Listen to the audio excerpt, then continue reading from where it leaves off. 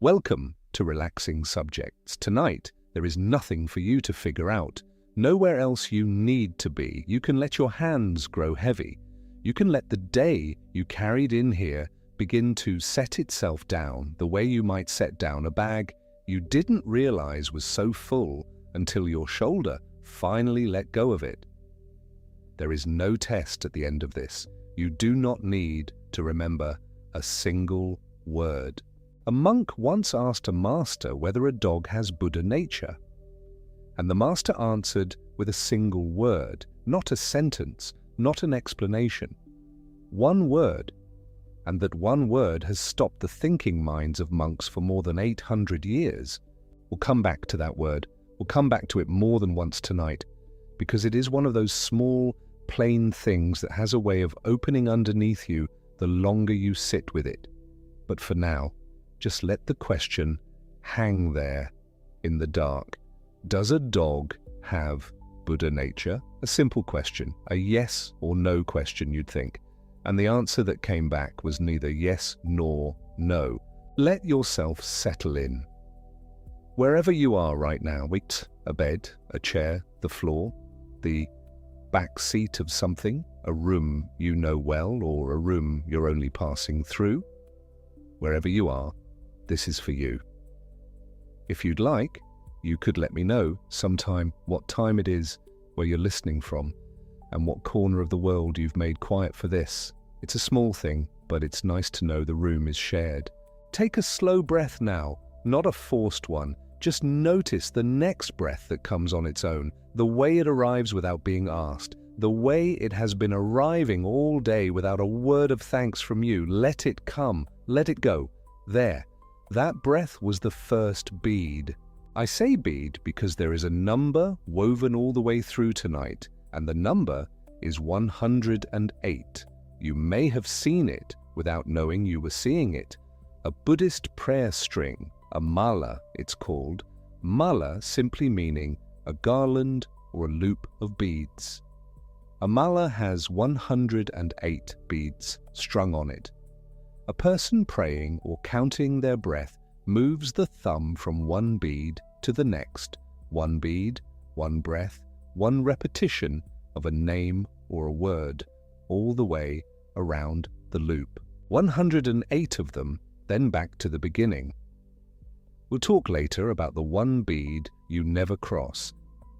But for now, just hold the picture. A loop of beads, worn smooth by thumbs, and a number that keeps returning. And it isn't only the beads. In Japan, on the last night of the year, in the temples, there is a great bronze bell. A bonsho, the deep temple bell, the kind whose sound you feel in your chest before you hear it in your ears. And on that last night, they strike it 108 times. This ringing has a name. It's called the Joya no Kane, the bell of the night that joins the years, struck slowly through the dark hours, one strike, then space, then another, the last of the 108 landing just after midnight, just as the new year arrives. People stand out in the cold to hear it. They don't rush it. There is space between each ring on purpose, so each one can finish, so the sound can swell and bloom and slowly thin out into silence again before the next one comes. And what are they ringing away, one strike at a time? Here is the traditional reckoning, and I want to say plainly that it is a traditional reckoning, one of several. There are other ways the old teachers have counted it, but this is the one most often given. They say there are 108 kleshas. Klesha is a word that means something like an affliction, a defilement, a small fever of the mind. The grasping and the pushing away and the dull fog that bind a person to suffering. 108 of these little fevers. And the way the number is sometimes worked out is almost gentle in how thorough it is. 6 senses, they say, and they count the mind itself as a 6th sense, along with the eyes, the ears, the nose, the tongue, the body. 6 senses. each meeting the world in 3 ways: pleasant, unpleasant, or neither, that flat in between. That's 6 times 318. Then doubled, because each of those can come tangled with us or clear of us, impure or pure. 18 becomes 36, and then spread across the 3 times, the past, the present, and the future. 36 across the past, the present, and the future. 3 times 36, 108. 1. You don't need to hold that arithmetic. Let it go like the breath went. The point underneath it is softer than the math. The point is that the whole tangled mess of a human mind, every way it reaches, every way it recoils, all of it spread across the things you did, and the things you're doing, and the things you're afraid you'll do. Somebody, long ago, sat with all of it and gave it a number. And then they built a practice where you let it go one at a time. 1 bead, 1 strike of the bell, 1 breath, not all at once, not by force, 1 at a time with space to settle in between. That is what tonight is. 108 sayings and short koans from the Zen and Chán masters, read slowly, with room around each one. Not to be solved, not to be memorized, just turned over once in the quiet, the way you'd turn a smooth stone over in your hand in the dark, and then set down. 1 bead, then the next. And before we go further, let me hand you the one image that the old teachers would want you to keep, because it keeps everything else honest. There is a saying, very old, found in the sutras, and repeated all through the Chán tradition. The finger pointing at the moon is not the moon. A teacher points up at the moon to show it to you. But if you spend the whole night staring at the finger, studying the finger, memorizing the finger, you never once look up and see the moon. Every word tonight is a finger. Every saying, every koan, every little exchange between a teacher and a student, a finger pointing. None of them is the thing itself, so you don't have to grip them. You don't have to get them right. You just let them point, and you let yourself look where they're pointing, which is, more often than not, simply at this room, this breath, this ordinary night you're already in. Now the word Zen itself, it's a small word and people throw it around loosely now on candles and on tea boxes, so it might surprise you how exact it really is. Zen is the Japanese way of saying a Chinese word, Chán. And Chán is the Chinese way of saying an older word still, a word from India, from Sanskrit, dhyana. And dhyana means very simply meditation, a deep, settled, absorbed kind of meditation, the mind gathered and quiet and steady. So when you say Zen, you are saying, in a worn-down, travelled-down form, the word for sitting quietly with a gathered mind. You can almost hear the journey in it if you say the 3 words slowly. Dhyana in India. The teaching carried over the mountains into China, where it became Chán, and carried again across the sea into Japan, where it became Zen. The same river, 3 countries, 3 names. It went to Korea too, where they call it Sion, and to Vietnam, where they call it Tien. The same gathered quiet mind, wearing different clothes in different lands. So when the title tonight says Zen and Chán Master Sayings, it isn't 2 things, it's 1 thing, named twice, because it crossed a border. The Chinese masters and the Japanese masters belong to the same long line, the same handing down, master to student, for more than 1,000 years. So, now you know the shape of the night, the beads, the bell, the number, the finger and the moon, and the meaning of the word itself. Just sitting, just settling, just this gathered quiet mind. Let's begin to walk the loop. We'll start where Zen itself likes to start, with its strongest and strangest doorway. We'll start with that one word again. A monk came to Zhao. We'll meet Zhao properly later. A Chinese master, gentle and plain, and, by tradition, said to have lived to 120 years old, so old and so settled that his teaching had no edges left on it, just a kind of worn smoothness. A monk came to him and asked the great question of the time, a question the monks argued over. Does a dog have Buddha nature? Buddha nature, meaning the awakened nature, the thing said to be in all living beings, the very thing that makes awakening possible. Surely a dog has it. Surely everything does. The monk wanted the doctrine confirmed. Yes, he wanted Zhaozhou to say yes. Zhaozhou said mu. Mu in Chinese, wu. It means no, it means not, it means nothing, without, has not. But here's the trap, and here's the doorway, both at once. If you hear it as no, as a plain no, the dog doesn't have it, then you've just contradicted the whole teaching. You've made the dog into a lesser thing and you've lost it. But if you decide Zhaozhou was being clever, that mu secretly means yes, that he's pointing past the question to some grand emptiness, then you've turned his living answer into a little puzzle you solved, and you've lost it that way instead. This little exchange is the very first case in the oldest and most famous of the Koan collections, a book called the Wumengguan, in Japanese the Mumonkan, which means the Gateless Gate or the Gateless Barrier.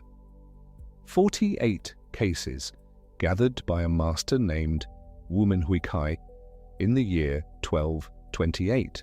48 gates, and he put this one first, the dog, the word mu. The very first gate of Zen, and it's a gate with no door in it, which is exactly why the book is called the Gateless Gate. There's nothing to open. You just have to walk through where there is no opening. Wumen, the master who gathered the cases, wrote a comment on this one, and his comment is worth sitting with. He said this question of whether a dog has Buddha nature is the most serious question of all, and that if you say yes or if you say no, either way, you lose your own Buddha nature. Do you feel that? Every move you can make is wrong. Yes is wrong. No is wrong. The wrong thing, Wumen is saying, is to answer at all, is to treat it as a thing that wants answering. The whole reaching, sorting, this or that machinery of your mind comes up against this one small word, mu, and finds it has nothing to grab. And Wumen gave it a feeling too, a feeling you might recognize if you've ever lain awake with something you couldn't put down. He said working with this word is like swallowing a red-hot iron ball. You try to vomit it out, but you can't. You can't get it up and you can't get it down. You can't keep it and you can't be rid of it. It just sits there, glowing, and there's no clever thought that cools it. That, he said, is the whole point. The word that you cannot swallow and cannot spit out is doing exactly what it's meant to do.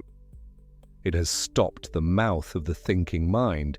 It has stopped the asking. And in that stopping, not in any answer, is the gate. So just let the word sit in you now the way the bell sits in the cold air. Mu. Don't answer it. Don't translate it. Don't decide what it means. Let it be the red-hot thing you can't swallow and can't spit out, and notice, gently, with no effort, how the asking mind goes quiet when there's nothing for it to chew. That quiet is the first bead. Mu. Breathe. There's another one like it, just as famous, from a much later master, a Japanese teacher named Hakuin Ekaku, who lived in the 1700s and is one of the great figures of the Rinzai line.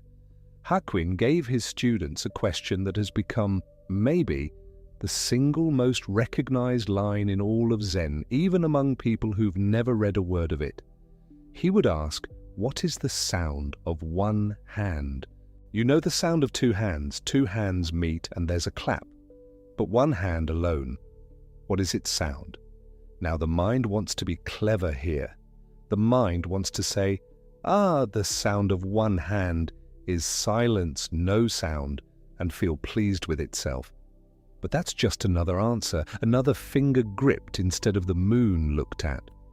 The question isn't a riddle waiting for a trick reply. It's a doorway, not a wall. Hakuin wasn't testing whether his students were quick. He was handing them something the mind cannot finish, so that, in failing to finish it, the mind might finally stop its endless finishing. Sit with that one too. What is the sound of one hand? Not to solve, just to feel the place where the answer should be and isn't, and how that empty place is strangely roomy, like a window you didn't know was there. The bead turns. Breathe. Now you might be wondering by this point what these strange little exchanges actually are. We keep using this word koan. Let me give it to you plainly because it matters for everything that follows tonight. A koan, in Chinese, gonghan, literally means public case, like a legal case, a matter brought before a court, on the public record. And a koan is not a riddle to be cracked by being clever. That's the most common misunderstanding, and it's worth letting go of right now so the rest of the night can land. In the old Rinzai training, a koan is something a student carries for months, sometimes for years, not to outwit it, but to sit with it until it wears out the part of the mind that reaches for answers. It exhausts the conceptual thinking. It uses up the cleverness the way a long walk uses up restlessness in the legs. And here's the part that makes the koan so plain and so startling at the same time. The real answer to a koan is usually not an explanation at all. It's a demonstration. The master doesn't want you to say something true about the moon. The master wants you to show that you've actually seen it. A gesture, an act, a word with no thought behind it. That's why all night, after each koan, I'll only point, just a brief word about where it's aiming, and then I'll stop. I won't tidy it up into a lesson. The Zen voice points, and then it goes quiet. It trusts you to look. And the live ones I'll leave live, because the moment a koan becomes a neat little moral, it stops being a doorway and becomes just another decorated wall. So let me give you a few of the great canonical ones now, slowly, with space between the way the bell is struck. One, then silence, then the next. A monk asked Zhaozhou again, the old one, what is the meaning of Bodhidharmas coming from the West? Now Bodhidharma is the figure said to have carried this whole teaching from India into China. Coming from the West means, in effect, what is the deepest point of all of this? What is the very heart of the teaching? Why did it ever come to us? A vast, solemn, get-to-the-bottom-of-everything question. And Zhaozhou said, the cypress tree in the garden. Let that land without rushing past it. The monk asks for the meaning of everything, the heart of the whole tradition. And the master points out the window, the cypress tree, the one standing right there in the garden, the one anyone could see. And here's the thing, Zhaozhou is not being poetic. He doesn't mean the tree is a symbol for something deeper. He means the tree, that tree. There is no meaning hiding behind it that's more real than the tree itself. The thing you keep looking past in search of the deep answer is the deep answer. The cypress tree in the garden. Breathe. There's another, even more startling, and I'll give it to you exactly as it's recorded, because softening it would betray it. A monk asked the master Yunmen Wenyan, a Chinese master with a famously sharp tongue, what is Buddha? What is the awakened one, the highest, the holiest thing there is? And Yunmen said, a dried shit stick. In the old monasteries, a shit stick was just what it sounds like, a thin stick used in the latrine, the lowliest object you could name. And the monk asks about the very highest thing, and Yunmen hands him the very lowest. And he isn't being crude for the sake of it. He's doing something precise. He's refusing to let the sacred sit up on a shelf, clean and separate, where you can admire it from a safe distance. The Buddha, the awakened, the holy. Yunmen drags it down into the latrine, into the most ordinary and unwanted corner of life, because that's exactly where the teaching insists it has to be. If your holiness can't survive the latrine, it isn't holy, it's just precious, the sacred that refuses to stay separate from the lowly. Let that one sit, even if it makes you smile. Breathe. Here's a gentler one of the same kind. A monk asked Dongshan, another Chinese master, what is Buddha? The same great question, and Dongshan, who happened by one account to be weighing out flax at the time, simply said, 3 pounds of flax. 3 pounds of flax. Weight, measure. The plain stuff in his hands at that moment. He offers no theory, no grand vision, nothing about light or eternity or the nature of mind. Just the ordinary thing he's holding, given its honest weight. What is Buddha? 3 pounds of flax. The amount of flax.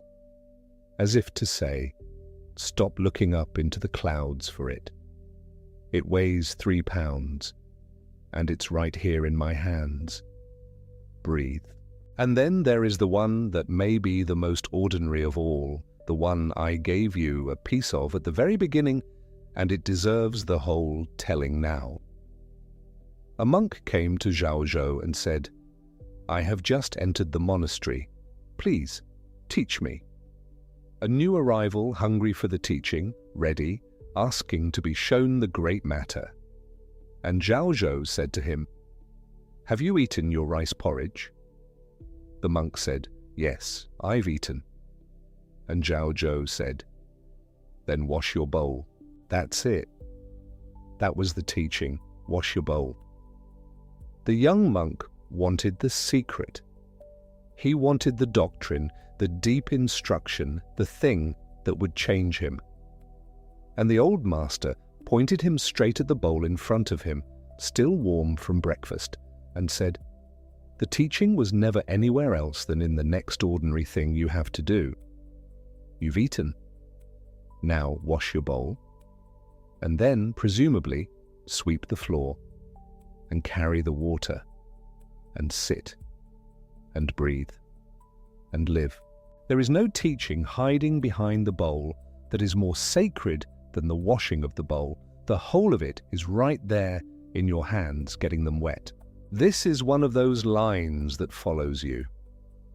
Days from now, you might find yourself at a sink at the end of a long day, your hands in the warm water, and you'll hear it. Then wash your bowl, and something in you will quiet down because you'll understand, for just a moment, that there was never anything else you were supposed to be doing. Just this. Just the bowl. Just the warm water and the quiet and the bowl coming clean. So feel how these all rhyme, the great gates of Zen all pointing the same plain direction. The meaning of everything? The cypress tree in the garden. What is the highest, holiest thing?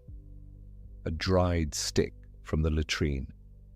3 pounds of flax. What is the great teaching? Have you eaten? Then wash your bowl. Again and again, the question reaches up and away, toward the deep and the holy and the elsewhere, and the answer comes back down and lands gently, right here, on the tree, on the flax, on the bowl, on this breath. On this very ordinary night you're lying in, with your hands growing heavy, and the day setting itself down. That's 6 beads now, turned and set down. Moo, the dog, the word you can't swallow. The sound of one hand, the cypress tree, the dried stick, the 3 pounds of flax, the bowl waiting to be washed, 6 with space around each one, and the loop has more than 100 still to go, but there's no hurry at all. The bell is struck slowly, on purpose. The thumb moves bead to bead, on purpose. We have all night, and you are allowed to drift off long before we reach the end. That's not failing the practice, that's the practice working. If you fall asleep on the 3rd bead, or the 30th, the loop still held you. You don't have to finish it. You'll remember, perhaps, that you never have to cross the last bead, but that's a thing for later, when the night is older. For now, just stay here a moment longer, in the company of these old, plain masters and their refusal to make any of it complicated. Take a slow, deep breath. Notice how the body has begun on its own, without being asked to soften. The jaw, maybe, or the shoulders, or the small space between the eyebrows that holds so much of the day. Let it go. There's nothing to figure out. The cypress tree doesn't need you to understand it. The bowl doesn't need you to solve it. They're just pointing, and you're just looking, and the looking itself is the rest. When you're ready, and there's no rush, there's never any rush here, we'll turn the next bead together. So let me tell you what these are. These things we're turning one at a time, because the word koan gets thrown around until it means almost nothing, and the real thing is gentler and stranger than the word suggests. Koan, in Chinese gongan, it means, of all things, a public case, a record, like something filed away, an old legal matter that everyone could look at, not a riddle. That's the first thing to set down tonight, because almost everyone gets it backwards. A koan is not a clever puzzle you're meant to crack with a clever answer. There's no trick waiting at the bottom of it, no little click of solving that makes you feel smart. The cleverer you get, the further away it moves. A koan is a place to put your attention until the part of you that wants to figure things out simply tires itself out and lies down. The answer, when it comes, is usually not a sentence at all. It's a gesture, a raised finger, a cup of tea. The thing itself done plainly in front of you. And the tradition these come from has a long road behind it. The word Zen is Japanese, but it didn't begin in Japan. It came from China, where it was called Chán. And Chán came from India, from a Sanskrit word, dhyana, which simply means a deep, settled absorption, the kind of stillness that happens when the mind stops thrashing and just rests, awake in what is. India to China to Japan, dhyana became Chán, became Zen. The same quiet river crossing borders, changing its name at each one, never changing its nature. In Korea they called it Seon. In Vietnam, Thien. The same water. So when these old masters speak, the Chinese ones, the Japanese ones, they're all leaning over the same well. There's an image the tradition uses about itself, and it's worth holding tonight because it tells you how to listen to everything that comes after. A finger pointing at the moon. The finger is not the moon. The words are not the thing the words are for. Every saying tonight, every koan, every plain little line from these old teachers, it's a finger pointing. And if you spend the night studying the finger, measuring it, trying to understand the finger, you'll miss the moon entirely. So don't work too hard at these. Let them point. Let your eyes drift, soft, toward wherever they're pointing. And then let even that go. Now, the great ones. The koans the whole tradition keeps coming back to, generation after generation, like worn stones in a riverbed. Let's walk through them slowly, with room to breathe between each, the way you'd walk through a quiet house at night, not turning on all the lights at once. The first one, the most famous of them all. A monk came to the master Zhaozhou, an old plain teacher who, by the stories, lived to be 120, and the monk asked, "Does a dog have Buddha nature?" A simple question, yes or no, and Zhaozhou answered with a single word. Mu, no, not, and that one word became the gate. The whole tradition has a name for it, the gate of Zen, because if you say yes, you've lost it, and if you say no, you've lost it too. The master woman who collected these cases 800 years ago said working with this word is like swallowing a red-hot iron ball. You can't get it down and you can't spit it out. You just have to sit with it, holding the unholdable until something gives, not the koan, you. The second, Hakuin's question, from Japan, 300 years ago. Two hands clap and there is a sound. What is the sound of one hand? And there it is. A question with no graspable answer, set in front of you like an open door. You can't reason your way through it. You can only walk through. The third, someone asked Zhaozhou, the same old master, why did Bodhidharma come from the West? Meaning, what's the deepest point of all this, the real reason, the heart of the teaching? And Zhaozhou looked and said, the cypress tree in the garden. Not a symbol, not a metaphor for something else. The tree, right there. The one you can see from where you're sitting. That's the answer, the whole answer. The fourth, and this one always surprises people. A monk asked the master Yunmen, what is Buddha? The highest, holiest question you could ask. And Yunmen said, a dried shit stick. The thing they used in those days the way we'd use paper. The lowest, plainest, most unglamorous object in the monastery. That's his answer to what is Buddha. Because the moment you put the sacred up on a shelf, away from the ordinary, you've lost it. It won't stay separate. It's in the high thing and the low thing, and it refuses to choose, the eighth case in the collection. Another monk, another what is Buddha, this time to a master named Dongshan. And Dongshan, who happened to be weighing flax at that moment, said, 3 pounds of flax, that's all. No philosophy, no grand metaphysics, a weight, a measure. The thing in his hands, here, right here, in the work of the moment. Look there. And then the gentlest of them, the one I keep coming back to on nights like this. A monk arrived at the monastery and said, I've only just come. Please, teach me. And Zhaozhou, patient, plain Zhaozhou, asked him, have you eaten your rice? The monk said yes, and the master said, then wash your bowl. That was the teaching, the whole of it. Not later, not somewhere holier, not after years of study. The teaching was never anywhere but in the very next ordinary thing your hands were about to do. You ate. Now wash the bowl. You lived through the day. Now lie down and let the night have you. Feel how plain they are, all of them, how they refuse to lecture you. They point and they stop. They don't explain themselves into a tidy little lesson with a bow on top, and that would be the finger pretending to be the moon. They just set the thing in front of you and step back and let you look at it in your own time. So look if you'd like, or don't. The bowl waits, washed or unwashed. The cypress tree stands in the garden, whether anyone understands it or not.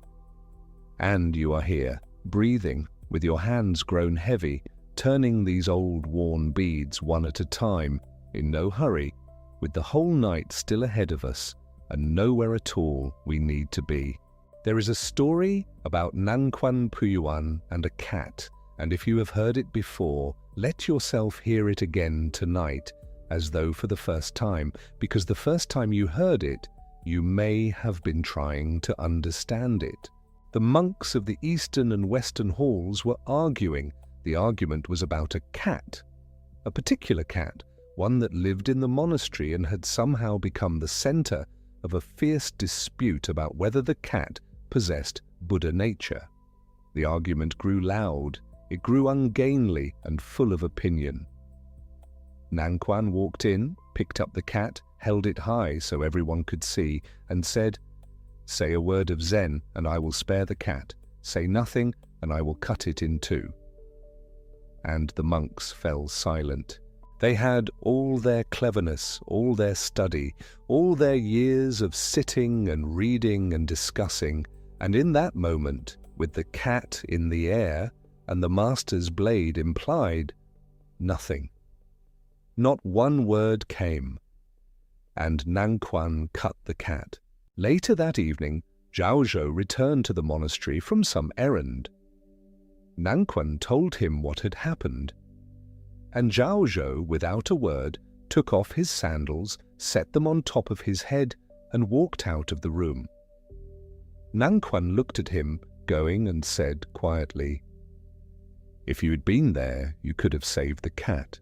Let that sit. Don't work on it. You don't have to understand what Zhao meant by putting his sandals on his head. You don't have to unlock it like a box. What the koan is doing, it does by being held, not by being solved. The monks fell silent when they needed a word. Zhao offered something wordless when that was what the moment called for. A turning word, or a turning gesture, arrives in time or it doesn't. The practice is becoming the kind of person in whom it might arise. That is all. Rest for a moment here. Let the breath come in slowly. Let it leave. Now another. A monk came to a master with a question, as they do. He asked, "What is the way?" And the master said, not with warmth, not with ceremony. Simply, when you meet a Zen man on the road, greet him neither with words nor with silence. This is case 36 of the Gateless Gate, the Wumengguan. And what it opens is the same door the sandals opened. The mind immediately starts looking for the third option. If not words, if not silence, then what? And the looking is the practice. There is a third thing beyond every pair you set up. Beyond yes and no, beyond sacred and ordinary. Beyond past and future. The master isn't withholding it. He's pointing straight at it and asking you to find the gesture that isn't words, isn't silence, but is alive, present, fitting the moment exactly. Breathe. The next one comes from the Platform Sutra of the 6th Patriarch, and it gives us Huineng, 2 monks in the courtyard, arguing again. Monks argue, it's what they do, they have sharp minds, and they use them, arguing about a flag that was flapping in the wind outside the hall. One monk said, "Korkid, the flag is moving." The other said, "No, the wind is moving." Back and forth. Huineng came by, listened, and said, "It is not the flag that moves. It is not the wind that moves. Your mind moves. There it is. The flag is still a flag. The wind is still wind. But the argument, the whole framing of it, the idea that you're watching something external and correctly identifying what is in motion, that was the error. The motion was in the one looking. This is the same as finding the hearer when you're trying to find the sound. When you locate where the movement is, the argument dissolves, not because one monk was right and one was wrong, but because the category was always pointed in the wrong direction. You do not have to make anything of that. Let it land where it lands. Baizhang's fox is case 2 of the Wumengguan, and it is an old, serious story about a very small word. An old man came to Baizhang Huaihai's assembly day after day to hear the teaching. After many sessions, Baizhang asked him who he was. The old man said, in a past life, long before the time of the current Buddha, he had been a Zen teacher on this very mountain. A student once asked him whether a fully awakened person falls under the law of cause and effect, and he had answered, "Such a person does not fall under the law of cause and effect." For that one wrong word, a single careless answer, he had been reborn as a fox for 500 lifetimes. He came to Baizhang now to ask for a turning word that could free him. Baizhang said, "Ask me the question," the old man asked, and Baizhang said, "Such a person does not evade the law of cause and effect." The old man bowed. He was freed. The difference between the two answers seems small until you sit with it. Does not fall under, as if awakening places you above causation, outside it, exempt. Does not evade, as if there is nowhere to escape to, no exemption to claim. The awakened person is fully inside causation, fully subject to it, transparent to it, neither trapped by it nor lording over it. 500 lifetimes as a fox for a careless word about reality. Be careful, not anxious but careful. I mean, even in awakening, especially in awakening, about how you speak of the way things work. The breath in, the breath out, those are also cause and effect, perfectly ordinary. Now Xiangyan's man up a tree. This is case 5 of the Wumengguang, and it is the one that captures an impossible position so cleanly you almost want to laugh at the precision of it. Imagine a man who has climbed a tree and is now hanging from a branch by his teeth. His hands hold nothing, his feet hold nothing, only his teeth keep him from falling. And at exactly this moment, someone walking below asks him, what is the meaning of Bodhidharma's coming from the west? If he answers, he falls and dies. If he stays silent, he has failed the person who asked. What does he do? This is the koan that Xiangyan Jixuan posed, and like all the great ones, it does not have an answer you think up. What it has is an impossible situation you inhabit honestly, until the inhabiting itself reveals something. The life we are sitting in right now is frequently that tree. There are situations where speaking costs you and silence also costs you, where every available move carries a loss. The koan doesn't promise a clever third option. It sits you inside the impossibility and asks you to be present there completely without the cushion of a solution. That is the practice, not escape, not the right move. Presence inside the impossible position without flinching. Let go of the branch if you need to. Gently. Gutei, the Zen master, had one response to every question anyone ever asked him about the Buddha Dharma. One finger, raised, that was it. A monk would come with a serious philosophical inquiry, and Gutei would lift one finger. A student would arrive breathless with an urgent question, and Gutei would lift one finger. The story goes that a young attendant boy noticed this and started doing the same thing. A visitor would ask the boy something about the teachings, and the boy would raise his finger and look wise. Word got back to Gutei. He called the boy over, spoke to him calmly, and then, suddenly Kobo cut off the boy's finger. The boy ran away, shrieking in pain. Gutei called after him. The boy stopped and turned, tears on his face, and Gutei raised his one finger. The boy was enlightened. This is case 3 of the Wumengguan. What the boy had been doing was imitating a form without any content in it. He raised a finger because the master raised a finger, but when Gutei raised his finger, there was everything in it. The full presence of the one who had understood through long practice what that finger pointed to. When the boy raised his finger, it was just a finger, a trick, an adopted gesture, and the teaching that arrived, painfully, shockingly, was this. The form without the reality inside it is worse than nothing. But when the boy turned, weeping, and saw Gutei's raised finger in the midst of his own real pain and shock and loss, something genuine was there, not imitated, not borrowed. The finger now pointed at something the boy could actually see. What we borrow and imitate from the teachers we admire is not wrong, but it is a beginning, not an arrival. At some point, the teaching has to become ours, not copied, but known. You wear the form long enough, honestly enough, and one day the inside catches up to the outside, or it doesn't. That's the risk of practice. Rest, breathe, there's no hurry. Take a slow, deep breath in now, and out, long and easy. Notice where your body is heavy against what holds it. Notice that your hands are still. When you are ready, we will continue. Deshan, Xuanjian, and the bell.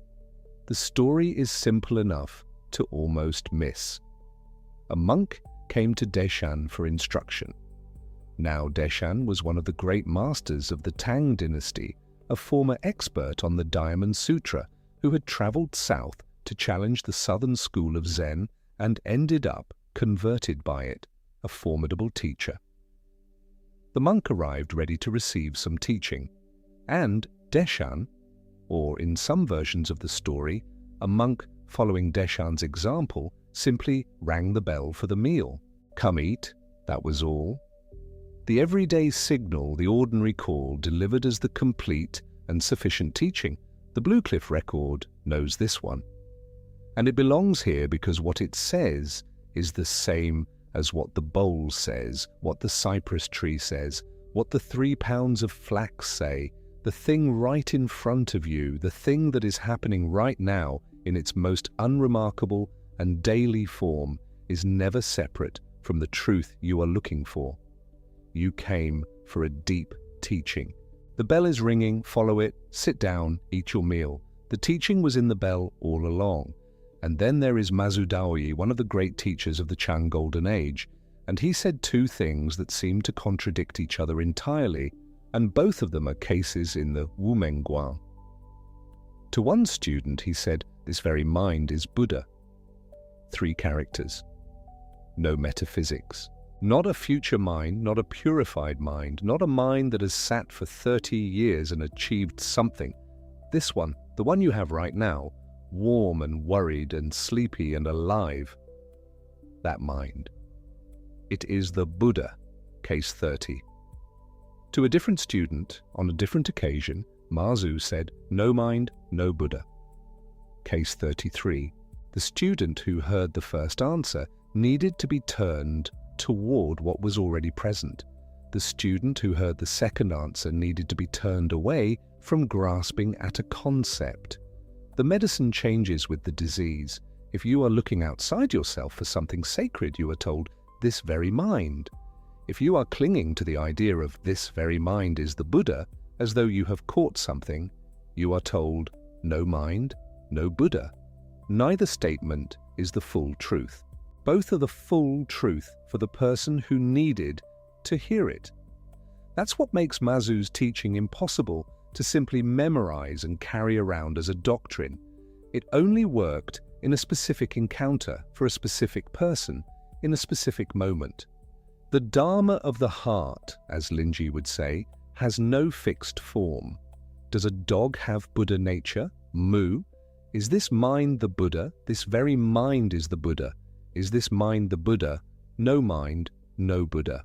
The great tradition is not inconsistent. It is responsive. Let that be a small comfort in the middle of the night when the things you were certain of yesterday feel less certain. Certainty and truth are not always the same thing. Now we come to the first case of the Blue Cliff Record, the Bian Lu, which is the conversation between the Emperor Wu of Liang and Bodhidharma, the founder of the Chán tradition in China. Bodhidharma had arrived from India. Emperor Wu was a great patron of Buddhism. He had sponsored the building of temples, the copying of scriptures, the ordination of hundreds of monks. He asked Bodhidharma, "What is the highest meaning of the holy truths?" And Bodhidharma said, "Vast emptiness, nothing holy." The emperor stared. He tried again. "Who is this standing before me?" Bodhidharma said, "I don't know." 2 answers, each one a door. Vast emptiness, nothing holy. The whole edifice the emperor had built, all the temples and sponsored dharma and noble projects, none of it amounted to something called holy, that stood apart from the rest of reality.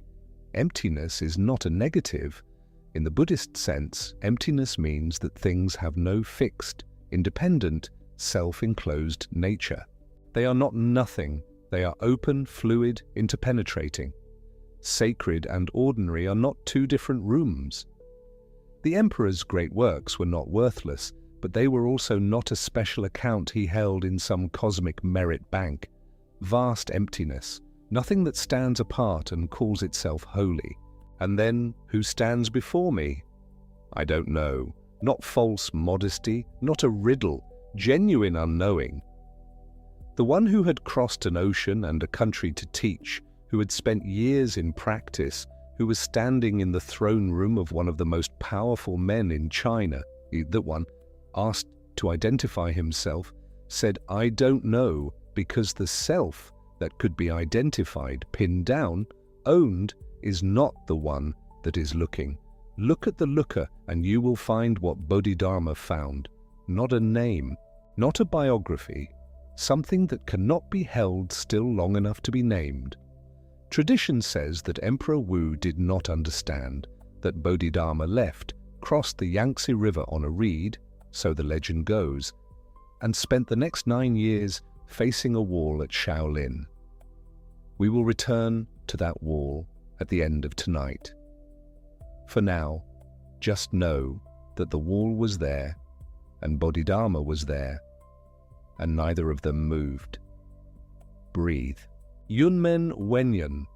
Every day is a good day. This is case 6 of the Blue Cliff record, and it is easy to misread as optimism, as a kind of cheerful instruction to look on the bright side, to reframe difficulty, to see the silver lining. But that is not what Yunmen is doing. What he is doing is something much quieter and more precise. He is pointing to what happens when you drop the measurement altogether. A good day is a day measured against a standard of goodness, evaluated, found acceptable. A bad day is a day found deficient. Yunmen is not saying every day passes the test. He is saying there is no test. When the sorting stops, when the mind ceases its constant evaluation of this moment against some imagined better moment, what is left is just the day. Whole. Not good, not bad, just what it is, complete in itself. You do not have to like the day to let it be whole. Every day is a good day. Now go drink tea. Zhao and Zhao keeps appearing in these stories because he was apparently inexhaustible, apparently patient with everyone who came to him, and apparently committed to the same answer in many different forms. Zhao is recorded as responding to a remarkable number of questions with a simple invitation. Go drink tea, have some tea, sit down, have some tea. A visiting monk would say he had never been to this monastery before. Had Zhao any teaching for him? Go drink some tea. Another monk who had been there for years, familiar with the place, the same question. Go drink some tea. The tea does not change. The instructions do not change. The tea is the teaching each time, for both the newcomer and the long-timer. There is something here that has to do with the equality of moments. The one who just arrived and the one who has been here for years, both get the same cup. Not because Zhao is being lazy or dismissive, but because the cup of tea, drunk quietly, is sufficient. It is enough. The moment of sitting down and lifting the cup and tasting the heat and feeling the small, real pleasure of it, that moment is available to the expert and the beginner identically. It does not require credentials. It does not accumulate, it is simply there, waiting in every cup ever poured. If there is tea anywhere near you tonight, even imagined tea, let yourself feel the warmth of it. And then Zhao with nothing. A monk came to Zhao and said, "I have nothing in my mind, what should I do?" You can hear what the monk is hoping for. He's been practicing. Something has quieted. There's a sense of openness, of spaciousness, and he's arrived at the teacher's door with it, offering it, perhaps hoping to have it confirmed, perhaps wanting to know what comes next now that he's achieved this admirable emptiness of mind. And Zhao said, "Throw it out." The monk said, and you can hear the mild frustration, "But I have nothing. How can I throw out nothing?" And Zhao said, "Then carry it out." This is from the Zhao Yulu, the recorded sayings of Zhao. What he is doing is pointing at the subtle grasping that hides inside even apparent non-grasping. The monk has nothing and is now holding it, proudly, quietly, hopefully. The nothing has become a possession, a spiritual achievement, something to present at the teacher's door. And Zhaozhou's instruction odds, throw it out, carry it out, either way get it out, is the same teaching that runs through all of his exchanges. Even the most refined clinging is still clinging. Even the word emptiness can be clung to. Even having nothing can be a thing you have. Let it go. Then let go of the letting go. A slow breath and out. And you can feel how the body grows a little heavier each time, a little more settled into where it is. Now, Linji Yixuan, the Record of Linji, the Linji Lu, which is the source book of the Rinzai school.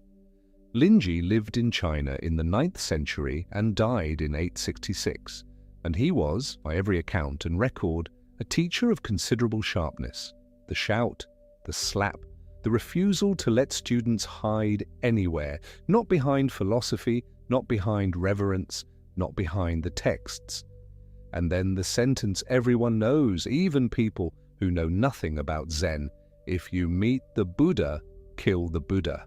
Let us slow that down. If you meet the Buddha on the road, kill the Buddha. If you meet the patriarchs, kill the patriarchs.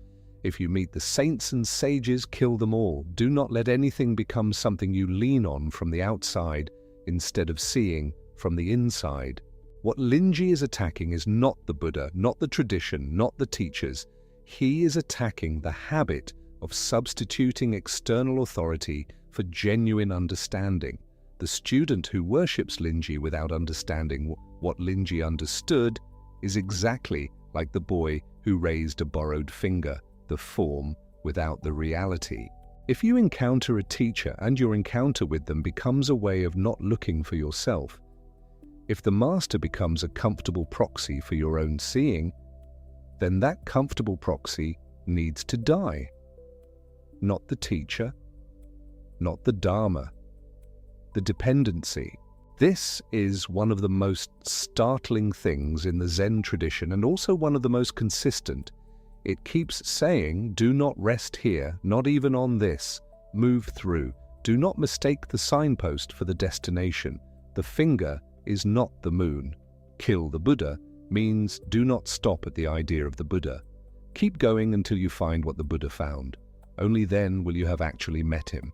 And immediately after that, or in the same movement of thought, Linji says something much quieter.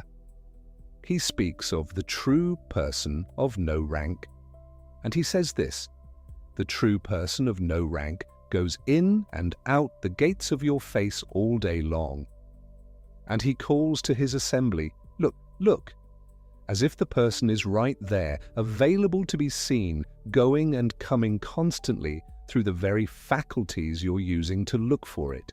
The gates of your face, your eyes, your ears, your mouth, right there, in the very openness through which you see and hear and speak, is the one you have been looking for. Not above it, not beyond it, not after years of effort, right there, as the very act of looking, the very act of hearing these words in this moment. The one who hears Mu is the same one you would find if you turned the inquiry around. This is what Linji called the true person of no rank. Not a titled monk, not a saint, not someone who has completed a spiritual curriculum. Just the one who is awake here in this ordinary functioning of the senses. The one who has no rank because rank is a concept and this one precedes concepts. Look, not outward, not even inward, just look. Let us pause here now. Take a slow breath in. Let your shoulders settle.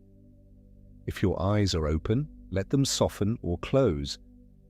Notice if there is any part of your body holding tension without a reason. A jaw, a hand, a space behind the eyes, and simply notice it.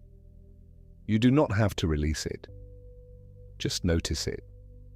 And when you are ready, we will continue. Linji on the ordinary. He says it plainly, and it deserves to be said plainly. There is nothing in this world to do. Just be ordinary. defecating, urinating, wearing clothes, eating food, and when tired, lying down. That is from the Record of Linji.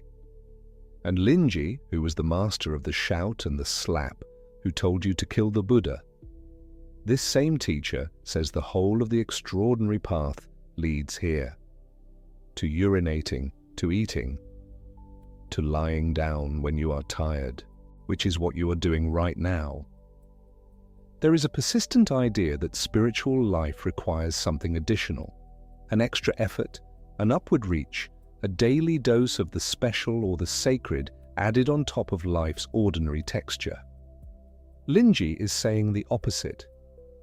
Not that you should not sit, not that you should not study, not that the practice is pointless, but that its destination is not somewhere above ordinary life. Its destination is ordinary life, lived with full presence, without the compulsive layer of commentary and grasping and preference, eating food as eating food, wearing clothes as wearing clothes, lying down when tired as simply lying down.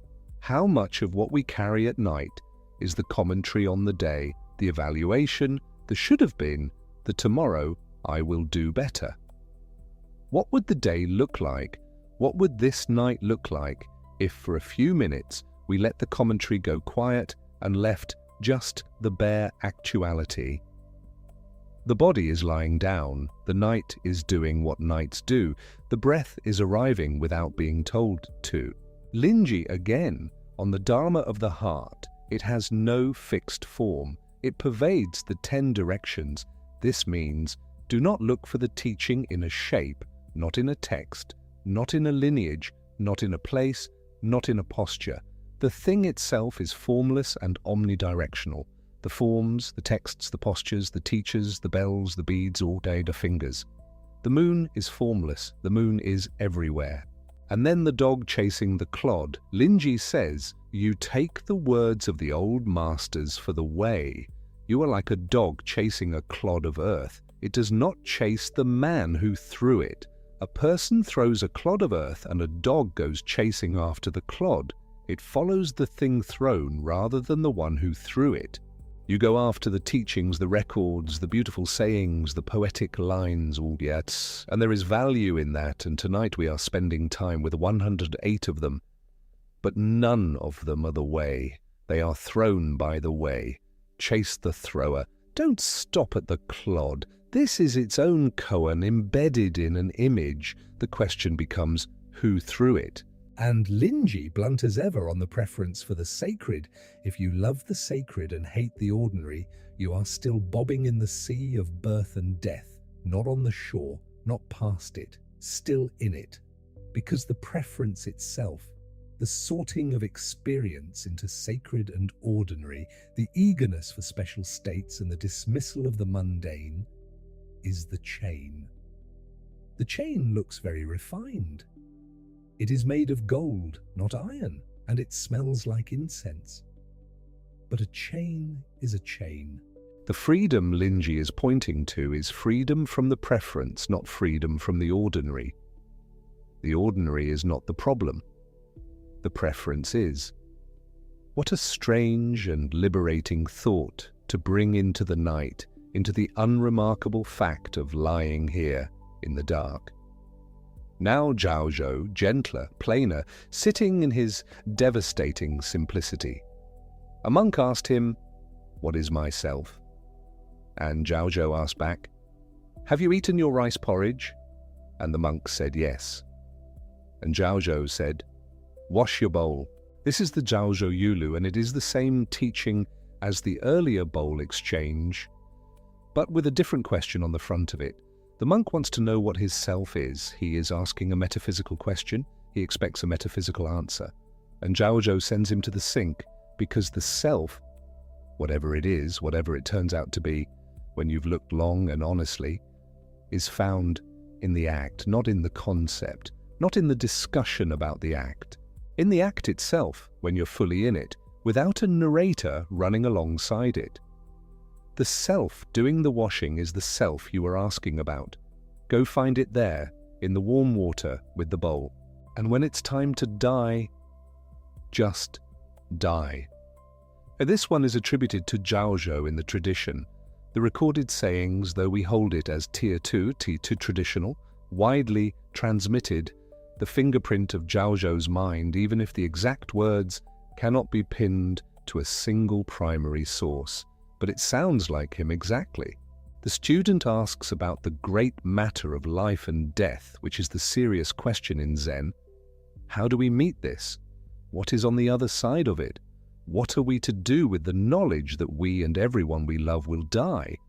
And Zhaozhou says, when it is time to die, just die.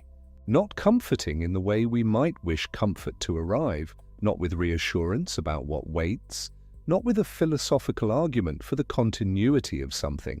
Just when it is time, just do it, completely, as you would eat when it is time to eat, as you would wash when it is time to wash.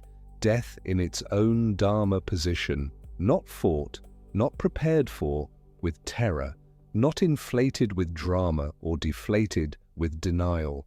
When it is time, just die.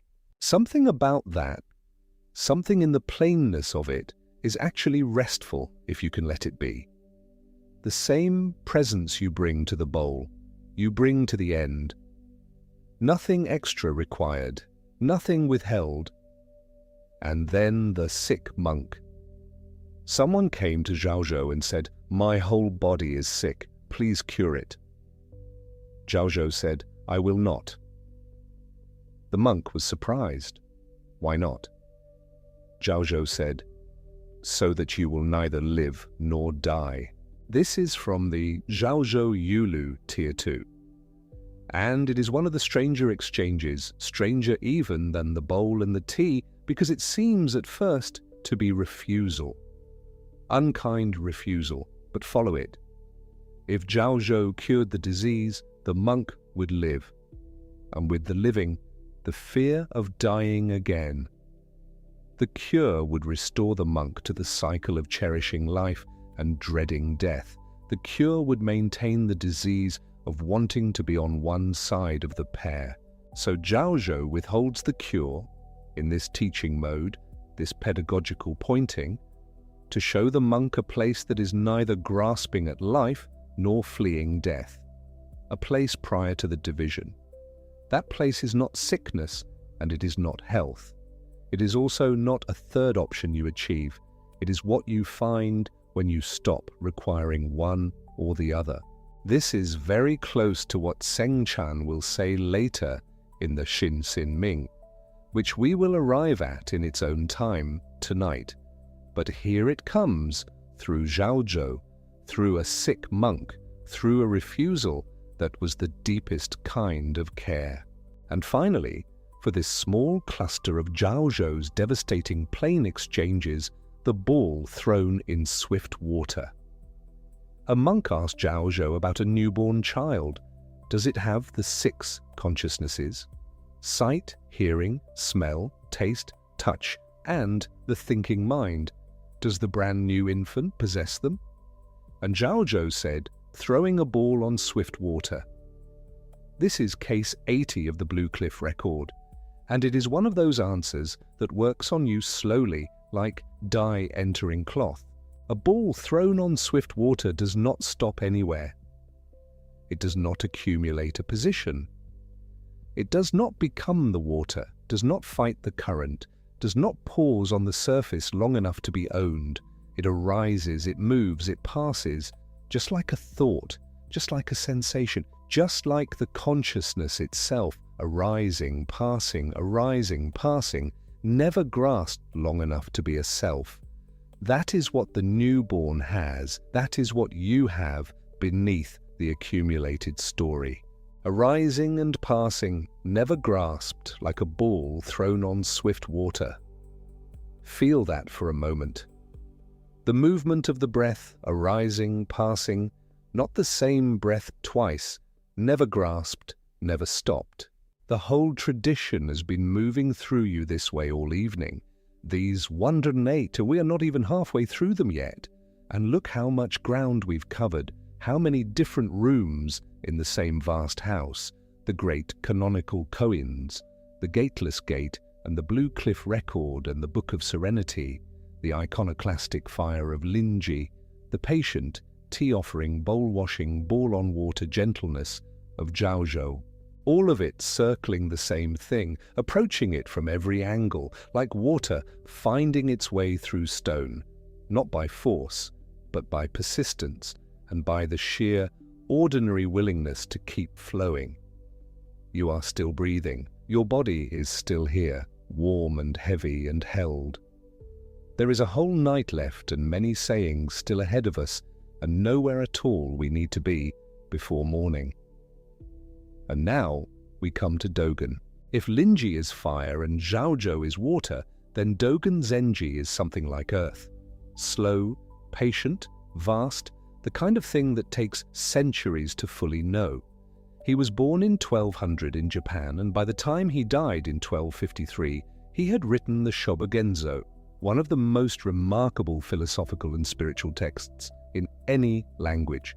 The title means something like the treasury of the true Dharma eye, the eye that sees things as they are before the mind has had a chance to sort and name and divide them. Dogen wrote in Japanese at a time when serious Buddhist writing was done in Chinese, and that choice alone tells you something about him. He wanted to reach people in the language of their own kitchen, their own dreaming. The piece of the Shōbōgenzō that most people encounter first is the Genja Koan.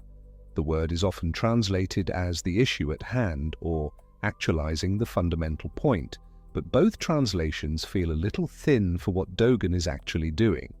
Genjo means to actualize, to present itself right now, the way a fire actualizes heat without deciding to, the way water actualizes wetness without a plan.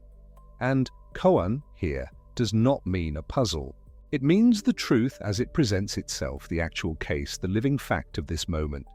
Together the word points at something like what is actually here, in this moment, being itself, fully, without your interference. Number 32. Dogen from the Genja Koan. To study the way is to study the self. To study the self is to forget the self. To forget the self is to be enlightened by all things. Let it settle. To study the way, to practice Zen, to sit Zazen, to follow this path, is not to learn about something outside yourself. It is to look at the one who is looking, to turn the lamp around and shine it inward, as Dogen says elsewhere. And when you do that, something strange happens. The closer you look at the self, the more it seems to dissolve. Not because it was never real, but because it was never the fixed, solid, separate thing the mind told you it was. It was always movement, always arising and passing. And when the self begins to soften, what happens? The world rushes in. The bird outside the window is no longer something the self observes. The self and the bird are the same knowing, the same aliveness, the same brief appearing. That is what Dogen means by being enlightened by all things, not that you learn lessons from them, that they illuminate you, the way light illuminates a room that had been closed. The path turns inward, then disappears. Number 33. Dogen, still in the Genja Koan. To be enlightened by all things is to drop away body and mind, both your own and others. Shinjin Datsuraku. The dropping away of body and mind. This is the phrase Dogen used to describe what happened to him when he sat in China under his teacher Tiantong Rujing, and Rujing called out to a sleeping monk, "In Zazen, you must drop body and mind." And something in Dogen fell away. Shinjin Datsuraku. He described it to Rujing, and Rujing confirmed it. Body and mind dropped away body and mind. Not a metaphor, not a psychological insight. Something actually fell, the sense of being contained in a body that is separate from other bodies, the sense of having a mind that is separate from other minds. That structure briefly opened, and what was left was not nothing. It was the knowing itself without a knower, the seeing without a seer, and crucially, Dogen says, it is not only your own body and mind that drop, it is others as well. The divide between you and everything else, that is what falls. You do not need to have had this experience to understand it. You have had smaller versions of it. A moment of music that swallowed you completely. And for a second, you were not listening to the music, you were the listening. A moment of grief so entire that the self that was grieving seemed to vanish, and there was only the grief which was also love. A moment of laughter so full that the one laughing disappeared. These are small tastes. Dogen is pointing at something far larger, Bidita, but the tastes are real and they are yours, and they happened, and they happen again. Number 34, Dogen Genjo Koan. Firewood does not become ash. Ash is ash. Firewood is firewood. Each abides in its own Dharma position. This one is easy to hear quickly and miss entirely, so let us stay with it. We think of time as a line. The firewood comes first, then the burning, then the ash. A sequence, a before and after, a cause and effect, sliding forward like beads on a string. But Dogen is saying something different. He is saying that firewood is complete as firewood. It is not on its way to being ash. It is not a temporary state waiting to become something else. Firewood, in its moment of being firewood, abides fully in that moment. What he calls its Dharma position, its real position in reality, its place in the actual order of things. And ash is complete as ash. It is not the ruins of firewood, it is ash entire in its own Dharma position. What this does to time is remarkable. If every moment abides fully in itself, then the past is not gone, and the present is not fleeting, and the future is not coming. Each moment is complete. The firewood moment was complete. This moment, whatever it is for you right now, your body heavy with tiredness, your breath slowing, the dark outside the window, this moment is complete. It is not a step towards sleep. It is not less than wakefulness. It is not killing time. It is its own Dharma position, as full and real and whole as any other moment there has ever been. Time is not a line you slide along. This moment is whole. Take a slow breath.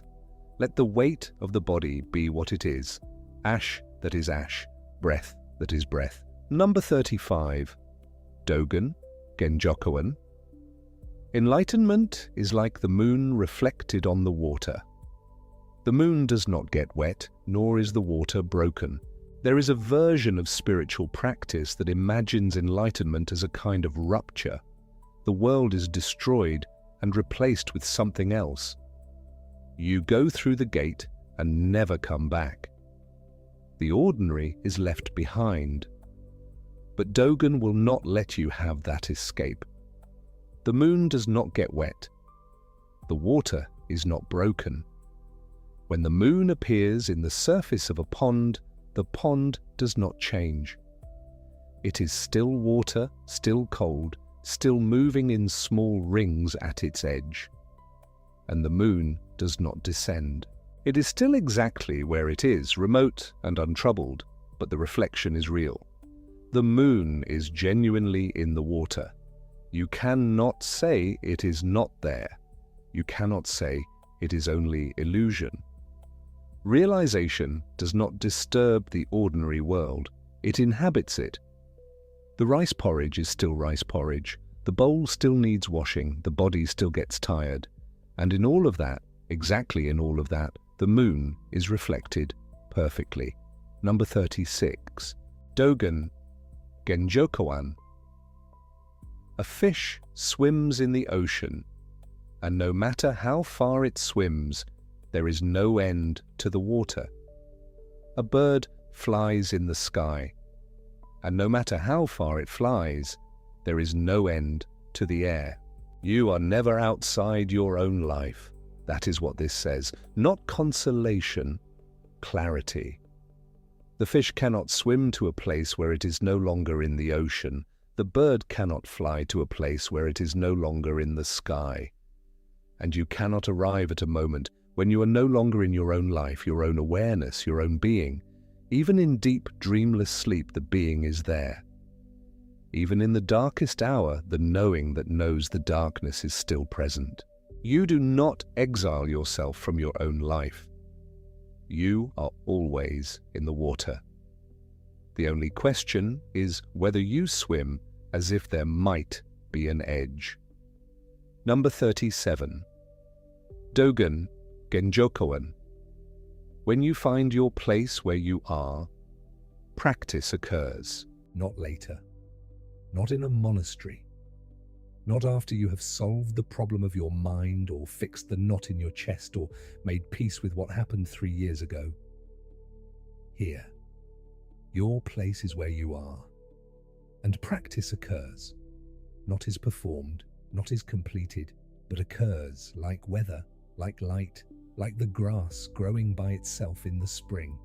Not later, not elsewhere. Here. Number 38. Dogen Genjokoan. Do not think you will necessarily be aware of your own enlightenment. This one is a quiet gift to everyone who has ever sat for years and felt nothing special and wondered if they were doing it wrong. Dogen is saying, do not expect fireworks, do not wait for the event. The moon in the water does not announce itself. The firewood does not declare its own Dharma position. The body and mind that drop away do not always drop with a sound you can hear. Practice is not a theatre in which you are the audience waiting for the performance. You are in it already, whether or not you can feel it happening. Realization is not always a fireworks display. Rest for a moment in that. The breath is moving. The body is here. Something is already occurring that does not require your recognition. Number 39. Dogen, from the Fukanza Zengi, his universal guide to Zazen, the first text he wrote after returning from China. Cease the intellectual practice of pursuing words. Take the backward step that turns the light and shines it inward. The backward step, not backward as in retreat, not backward as in failure, but backward as in stop the forward motion, the reaching out, the accumulation, the mind that is always leaning forward toward the next thing, the next thought, the next explanation, the next arrival. Dogen is asking it to stop and not replace the forward motion with empty blankness, but to turn, to aim the knowing at the knower, the light that usually shines outward onto objects, names, experiences. Let it turn, shine it inward. See the seeing. Stop chasing outward. Turn the light around. Number 40. Dogen Fukanza Zengi. Think of not thinking. How do you think of not thinking? Beyond thinking. This is the instruction for Zazen for what to do with the mind during sitting, and it sounds at first like a riddle, but it is not. Think of not thinking.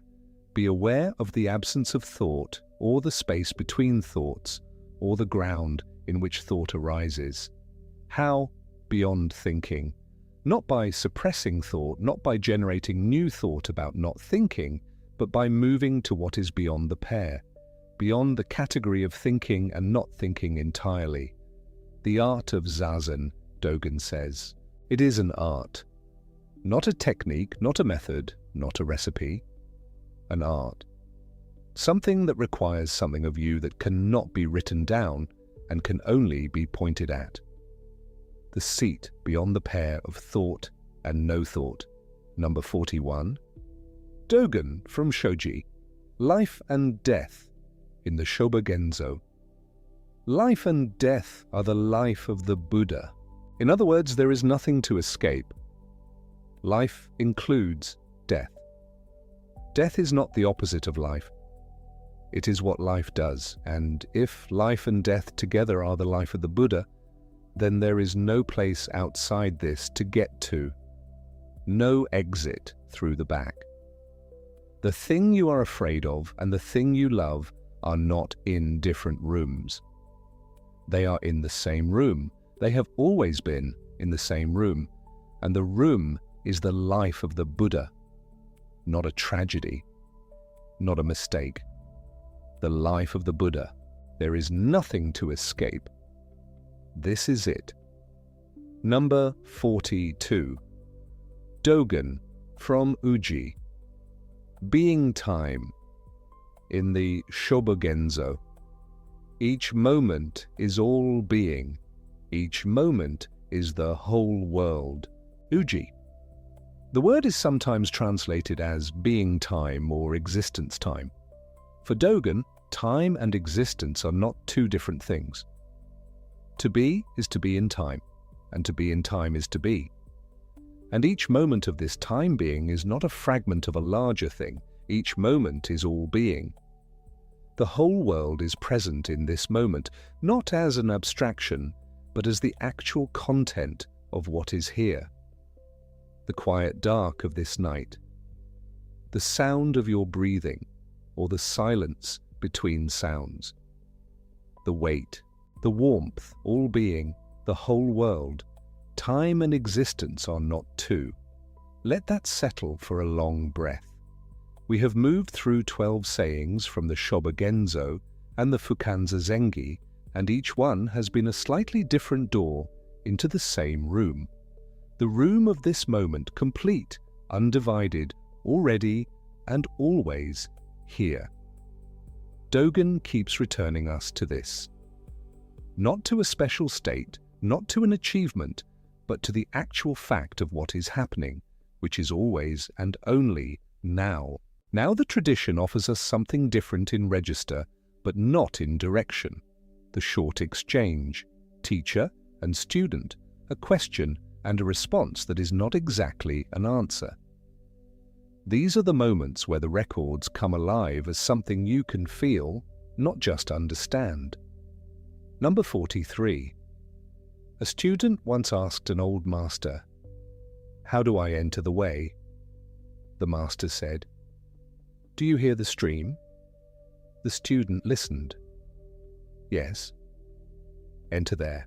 This is attributed with some uncertainty to the master's Zhuansha, and it is recorded in the T2 layer of the tradition, transmitted across centuries in reputable Zen literature, though the original source is not pinned with the precision of the great Koan collections. But what it does is unmistakable. The student is asking for an instruction, a map, a method, and the master does not offer any of those things. He offers a sound that is already arriving. The gate is the sound already here. The sound that was already present before the question was asked, that will continue after the answer is forgotten. The way is not ahead of you. It is the sound of the water right now, requiring nothing from you but the attention that is already yours. The gate is the sound already arriving. 44. A monk asked, "What is the Buddha?" The master answered, "The mind is the Buddha." The monk asked, "What is the way?" The master answered, "No mind is the way." This is a traditional Chan exchange in the second tier, widely circulated in the literature, though pinning it to a single master with certainty is difficult. What it does is open and close the same gate with opposite hands. Mind is Buddha, no mind is the way, both true. The first points you toward your own awareness, that which is awake in you right now, reading this, knowing this, is itself what you are looking for. The second points you past the concept of mind entirely. Not no mind as blankness, but no mind as the freedom from the concept of mind, the freedom from the map of your own inner life. The gate opens inward, then the gate itself dissolves. 45. A student asked Yunmen, "What are the teachings of a whole lifetime?" Yunmen answered, An appropriate response. This is case. It comes from the Blue Cliff Record, the great 10th Tier 1 collection, and it is Yunmen at his most concentrated.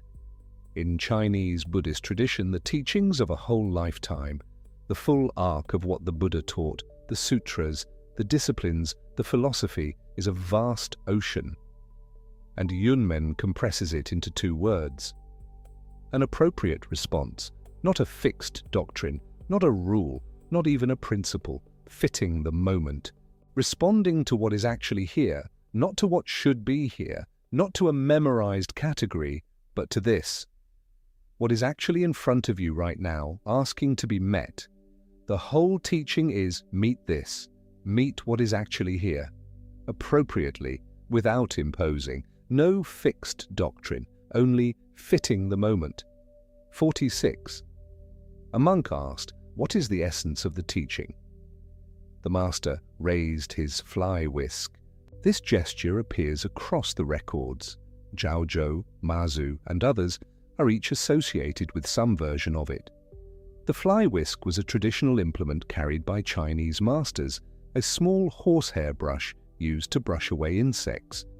And in the records, it becomes a teaching instrument as well. Raised in response to a question, it is not a symbol to be decoded. It is not saying the teaching is simple or the teaching is this movement. It is saying here, now, this, before you divide it into question and answer, into seeker and sought. The demonstration is the doctrine. The master does not stand apart from the teaching and point at it. The master is the teaching fully in this moment, raising this object. 47. A novice approached an old master after 3 years in the monastery. "I have been here 3 years, the novice said, "and you have given me no instruction." The master said, "Since you came, have I not been instructing you? When you bring tea, I drink it. When you bow, I return the bow. Where have I failed to instruct?" The novice bowed his head. This is in the 2nd tier, a traditional Zen exchange carried in reliable secondary literature, and it is, in its quiet way, one of the most complete things in this entire collection. The novice has been waiting for instruction, the formal teaching, a method, a transmission of something special. And the master has been teaching every single day, in every single gesture. The drinking of the tea is the teaching. The returned bow is the teaching. Not a teaching about mindfulness, not a lesson in humility, the actual act, done fully, without withholding, without commentary, without decoration. That is what the master has been offering for 3 years. The novice's noticing finally arrived. The teaching never paused. The noticing did. 48. A monk asked, "What is meditation?" The master said, "Not getting tangled in the 10,000 things." The monk asked, "And when they come?" The master said, "Let them come, let them go." This is in the 3rd tier, we folk or traditional saying, not pinned to a named master, circulated widely in the tradition. It earns its place here anyway. The 10,000 things is the classical Chinese expression for the whole world of phenomena, every object, every thought, every sensation, every relationship, every feeling, every desire and fear and plan and memory. The master is not saying, keep the 10,000 things away. He is not describing a state of sensory deprivation or emotional flatness. He is describing a quality of relationship, not tangled. Let them come, let them go, like the ball thrown on swift water. The meditator is not somewhere the 10,000 things cannot reach. The meditator is in the middle of them, untangled, present to them, not grabbed by them. Passage, not grasping. 49. A student came to a master and asked, "How do I find peace?" The master said, "Who is disturbing you?" This echoes one of the most important exchanges in the entire record, the one between Bodhidharma and his student, Huike, which comes next. But even as a standalone, this question does something immediate. Instead of offering a technique for peace, the master turns the question around and aims it at the questioner. Who is disturbing you, not what is disturbing you? A thing, a situation, a person, a noise. Who? And when you look for the one who is being disturbed, what do you find? Look genuinely. Not as a philosophical exercise, but as a real inquiry. The mind that feels disturbed, what is it exactly? Where is it? Can it be located? Can it be held? The looking itself begins to loosen the knot. Look for the disturbed one and find no one there. 50. Huike came to Bodhidharma and stood in the snow all night to show his sincerity. In some versions, he cut off his arm and offered it. In the morning, he said to Bodhidharma, "My mind is not at peace. Please pacify it." Bodhidharma said, "Bring me your mind and I will pacify it."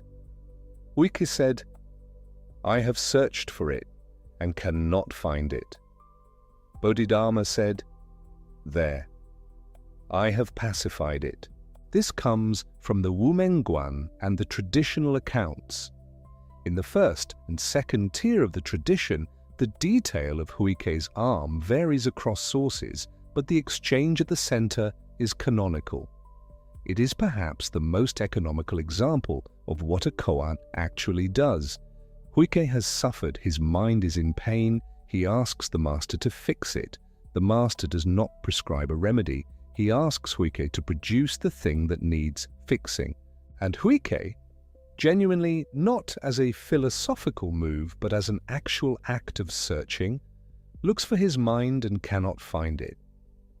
In the moment of not finding it, Bodhidharma declares the cure complete, because the mind that was in pain was never a solid object. It was never a thing with edges that could be handed over. It was always movement, always passing, always arising and dissolving. When you look directly for the mind, you do not find a mind, you find the looking, and the looking is already peaceful.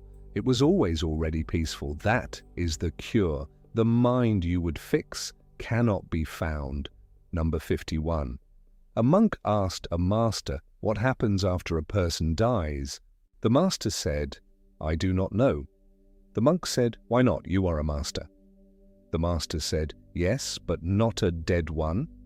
This is a folk koan, third tier, attributed to various masters, no canonical source. But it is one of the most honest things in the collection. Honesty over performance. The master does not claim knowledge he does not have. He does not console with doctrine. He does not even suggest that there is an answer being withheld. He draws the line of his knowing and stands on the near side of it. The student wanted reassurance dressed as wisdom. The master offered something more valuable, the genuine limit of a genuinely honest mind. 52.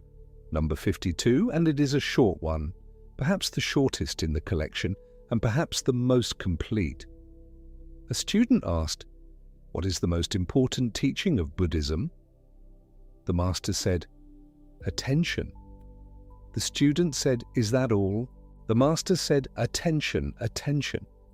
This is beloved and widely circulated, attributed sometimes to Ikkyu, sometimes to others. But the source is not certain enough to pin firmly to any named master. It is a folk transmission, and it carries its own weight. Attention, the whole path in one word, repeated. Not concentration, attention, the open, receptive, ungrabbing noticing that lets things appear as they are, that lets the mind be where the body is, that lets this moment be fully entered and fully known. Repeated because once is not enough, because the student will walk away and forget and wander and drift and come back to find attention. Attention. Again. Always again. The whole path in one word, repeated. Now let us pause here for a moment. Take a slow, deep breath. Notice what has softened. The weight of the body, heavier perhaps. The sounds, if there are any. a little further away, the space between this sentence and the next one. When you are ready, we will continue together. We have been moving through the great canonical ground, the Koans, the Gateless Gate, the records of Linji and Zhaozhou, the slow philosophy of Dogen, the short exchanges of teacher and student. And now the tradition offers us something older still, something that predates the great Koan collections by centuries, that comes from the very foundation on which all of Chán and Zen rests, the Heart Sutra. It is chanted in temples across the Buddhist world every morning. It is roughly 300 characters long in its Chinese form, and it has been copied by monks for over 1,000 years. The full Sanskrit title is the Prajnaparamita Hridaya, the heart of the perfection of wisdom. And it opens with the words of Avalokitesvara, the Bodhisattva of compassion, describing what is seen when the one who sees has become still enough to see clearly. Number 53. From the Heart Sutra. Form is emptiness. Emptiness is form. Rupam shunyata. Shunyata rupam. This is not nihilism. That is the first thing to say, and it must be said clearly, because the word emptiness has a way of making Western listeners feel that the tradition is saying nothing matters, nothing is real, everything is meaningless. That is not what is being said. Shunyata, emptiness, does not mean absence. It means that things have no fixed, independent, self-enclosed nature. A cup is not a cup by itself. It is a cup in relation to the potter who made it, the clay it came from, the hand that holds it, the light falling across it, the word cup that names it, the mouth it serves. Remove any one of those relations, and the cup changes. Remove all of them, and there is no cup left. Only clay, only hands, only light, only the word. The cup is empty of independent existence, and yet it holds water. The form is real. The holding is real. Form and emptiness are not opposites. They are the same thing seen from two angles, like the front and back of your own hand. Not nihilism. The seamlessness of appearance and openness. 54. From the Heart Sutra, the closing mantra. Gate, gate, paragate, parasamgate, bodhi svaha. Gone, gone, gone beyond, gone altogether beyond, awakening, so be it. This is the Sanskrit mantra that closes the sutra, and it is kept in Sanskrit in the Chinese, Japanese, and Korean traditions because something about the original sound was felt to carry what translation cannot. Gone beyond. But gone where? Beyond what? The tradition does not say exactly, and the Zen reading does not try to say the going that arrives nowhere, because there was no traveler and there is no destination. It is not that awakening is far away and you must go to it. It is that the very structure of distance, here and there, now and then, you and the goal, is what the sutra is dissolving. Gate, gate, gone, gone. Even the going goes, the going that arrives nowhere because it never left. 55. Now, Hsin Hsin, the third patriarch of Chinese Chán, whose dates are somewhat uncertain, he died in 606 or thereabouts, and who left behind a single text that is among the most important in the entire tradition, the Hsin Hsin Ming, in Japanese, the Shinjinmei. In English, usually faith in mind or inscription on trust in mind. 146 lines of classical Chinese verse, and every line is a door. From the Hsin Hsin Ming, the Great Way is not difficult for those who have no preferences. Jidao Wu Nan, Wei Xian Jian Ze, the Great Way, not difficult. You have probably spent considerable time finding it difficult. So has everyone who has ever sat in a monastery or on a cushion or on the floor of a quiet room in the dark. But Senkan is not saying the Great Way is easy in the sense of requiring no effort. He is saying the Great Way is not the source of the difficulty. The difficulty comes from preference, from wanting this moment to be different from what it is, from wanting the mind to be quieter than it is, from wanting practice to feel like progress, from wanting the self to resolve into something cleaner and simpler. Take away the preference, and the way is the path of least resistance. Not no resistance, least. The water takes the lowest channel, not because it prefers it, but because it has no preference for a higher one. The trouble starts with picking and choosing. 56. Hsin Hsin Ming.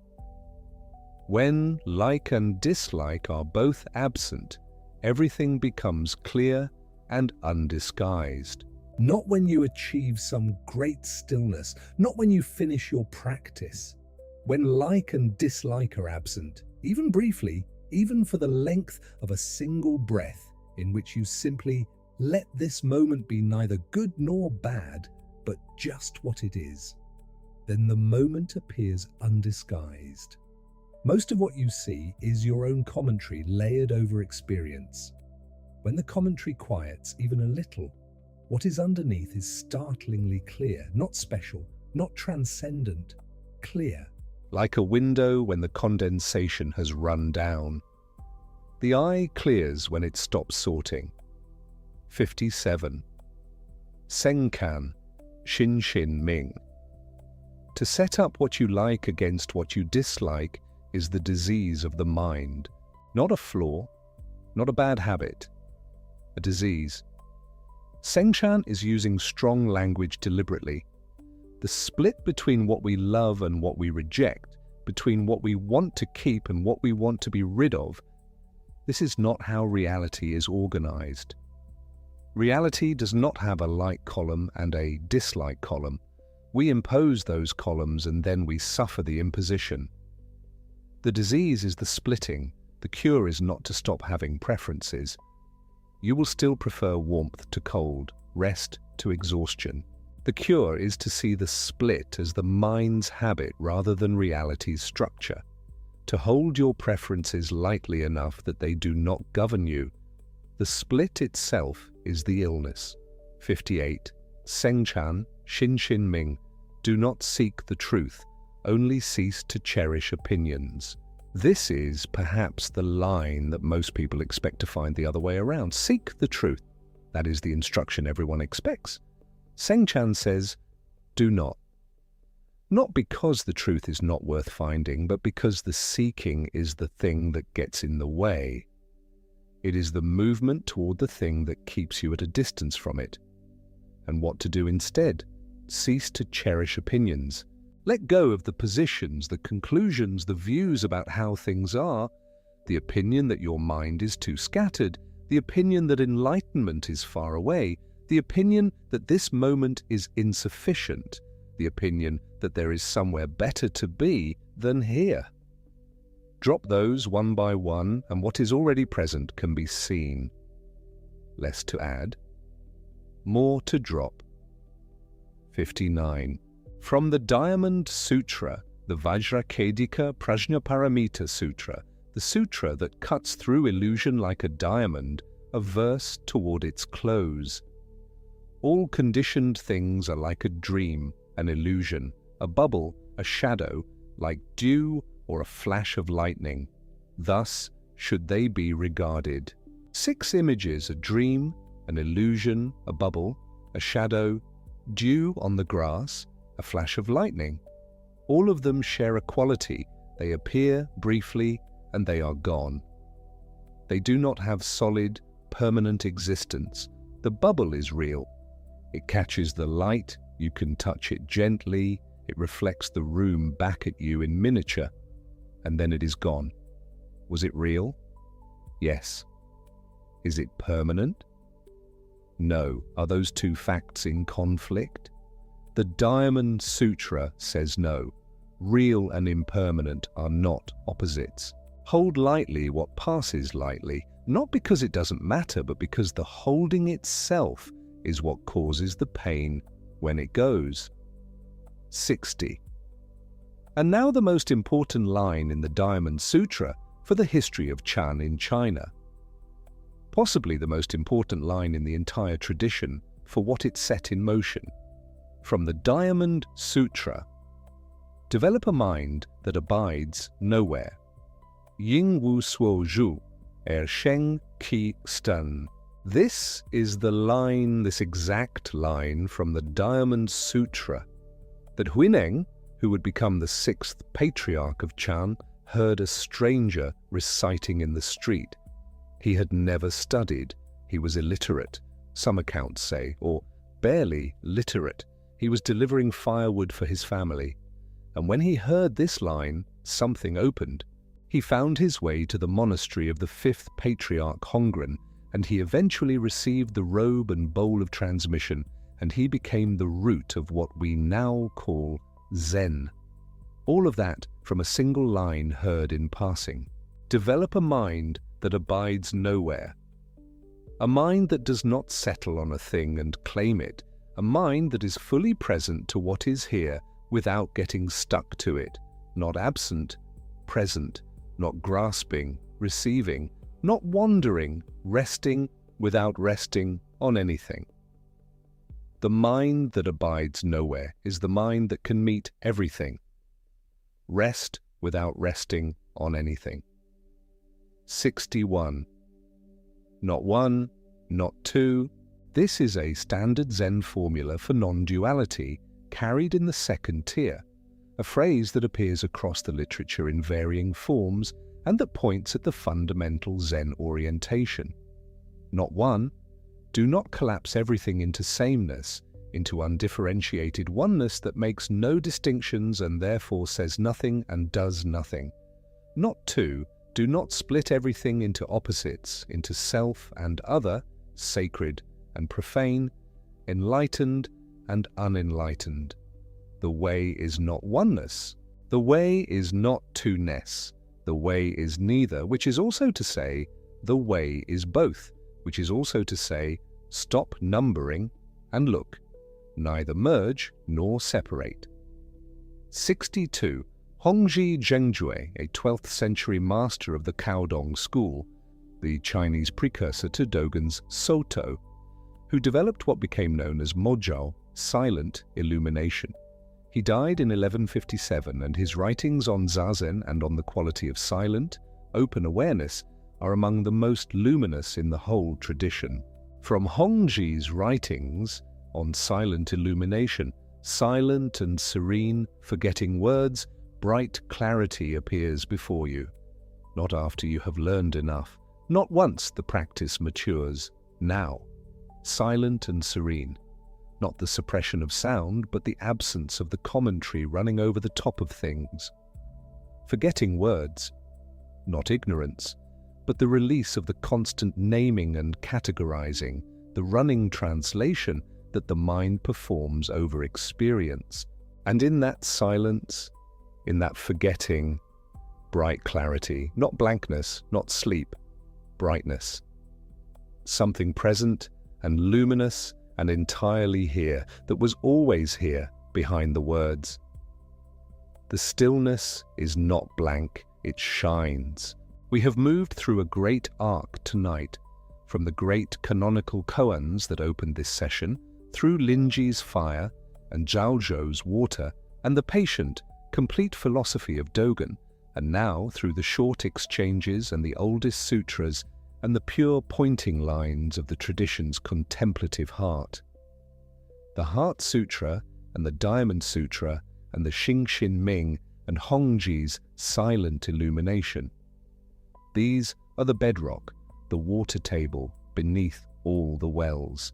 Everything that has been drawn up tonight comes from this ground, and there is still so much ahead. The ordinary, impermanence, the trap of effort, the Zenrin couplets that move like moonlight through the tradition's anthology, the closing return to the bell and the number and the wall. But for now, let the present section settle in you. The Great Way is not difficult for those who have no preferences. a mind that abides nowhere. Bright clarity appears before you. Each moment is all being. Each moment is the whole world. You are still breathing. The night is still here. The weight of the body is still the weight of the body. Ash that is ash, firewood that is firewood, each abiding in its own Dharma position, each complete as it is. Somewhere, in temples across Japan and Korea, and China and Vietnam and everywhere this tradition has taken root, the same words are spoken in the same sequence every morning. The Heart Sutra, rising and falling in voices that have been trained to let the sound carry them rather than the other way around. The Diamond Sutra copied by hand for 1,000 years. The Hsin Hsin Ming, memorized by monks who may or may not have understood it, who memorized it anyway because something about the shape of it, the sound of it, the refusal of it to be comfortable or saccharine or easy, something kept them returning to it. That is what you are inside tonight, that same tradition moving forward in time, arriving in your room, in the dark, in the warmth of your body at rest, not instruction, not performance. The tradition still moving, still finding its way through whatever gaps are available. The printed page, the recitation, the recording, your own listening. The finger pointing at the moon is not the moon, but the finger has been pointing for a very long time, steadily in the same direction, towards something that does not change and cannot be owned, and is not found by seeking and cannot be lost. And the moon is already where the moon is. We have been sitting with the extraordinary long enough. Let us turn now toward the ordinary, because in Zen this is not a step down. It is, if anything, the harder teaching. The koans with their impossible questions, the sudden shouts and raised fingers and severed cats, those are easier to treat as special, to hold at a reverent distance and call profound. The ordinary does not let you do that. The ordinary just stands there, plain and a little inconvenient, and the teaching is somehow in the standing. Number 63. Before enlightenment, chop wood, carry water. After enlightenment, chop wood, carry water. This is a traditional Zen saying. No fixed canonical source has ever been confirmed for it, which makes it, in a sense, the property of everyone who ever carried wood and noticed something. What it points to is not a circle or a paradox. It points to a transformation so complete that nothing on the surface changes at all. The wood still weighs what it weighs. The water still sloshes in the bucket. Your shoulders still ache on the uphill. What is different is the one walking. And because the one walking cannot be described from the outside, because it leaves no mark on the chore itself, this kind of change is nearly invisible, which may be why it takes so long to find. Take a slow breath. Let the body settle a little further. There is nowhere to be but here. Number 64. Layman Pang was a 9th century householder, not a monk, not a priest, but a man who gave away his family's wealth and spent the rest of his life practicing alongside his wife and daughter. He was asked once, as Zen practitioners of his era were always being asked, what his miraculous power was. What spiritual activity had he attained through his years of practice? His answer, my miraculous power and spiritual activity, drawing water and carrying firewood. The recorded sayings of Layman Pang hold this line like a jewel. It is not modesty. It is not the performance of modesty. He is saying that the miracle already happened. He just needed to notice what had always been there, the weight of the bucket, the specific resistance of the well rope, the smell of wood smoke, the supernatural, fully arrived, disguised as the chore. You do not receive it by ascending. You find it by descending so completely into the ordinary that the ordinary reveals itself to be inexhaustible. Number 65. When walking, just walk. When sitting, just sit. Above all, don't wobble. Attributed in the tradition to Yunmen Wenyan, though the attribution is uncertain, and the line has been claimed by several lineages. What it describes is the single-pointedness of being here rather than here and somewhere else simultaneously. We wobble. The body is in the chair, on the bed, on the meditation cushion, and the mind is 3 conversations ahead or back in something that ended years ago, or rehearsing a version of tomorrow that will never arrive exactly as imagined. The instruction is not to stop the mind from wandering, the instruction is for the walking itself. When the feet are moving, let them simply move, and let the whole weight of being follow them, nothing left over. It turns out that is enough. It is also, most days, surprisingly difficult. Number 66. A monk asked about the way. The master, Nangquan Puyuan, answering a young Zhao Zhou who had come to him with the question, said, "The everyday mind is the way." This exchange is case 19 of the Wumengguan, the Gateless Gate. In Japanese, Heijoshin Kore Michi. The everyday mind. Not the mind that is collected and concentrated and sitting in formal posture. Not the mind in a moment of insight. The mind that wonders whether it left the window open, that notices it is a little cold, that would prefer not to have to get up just yet. That mind, unadorned, not arranged for practice, is the path itself. Xiaozhou, who spent decades living out this answer, kept returning his students to it in different forms.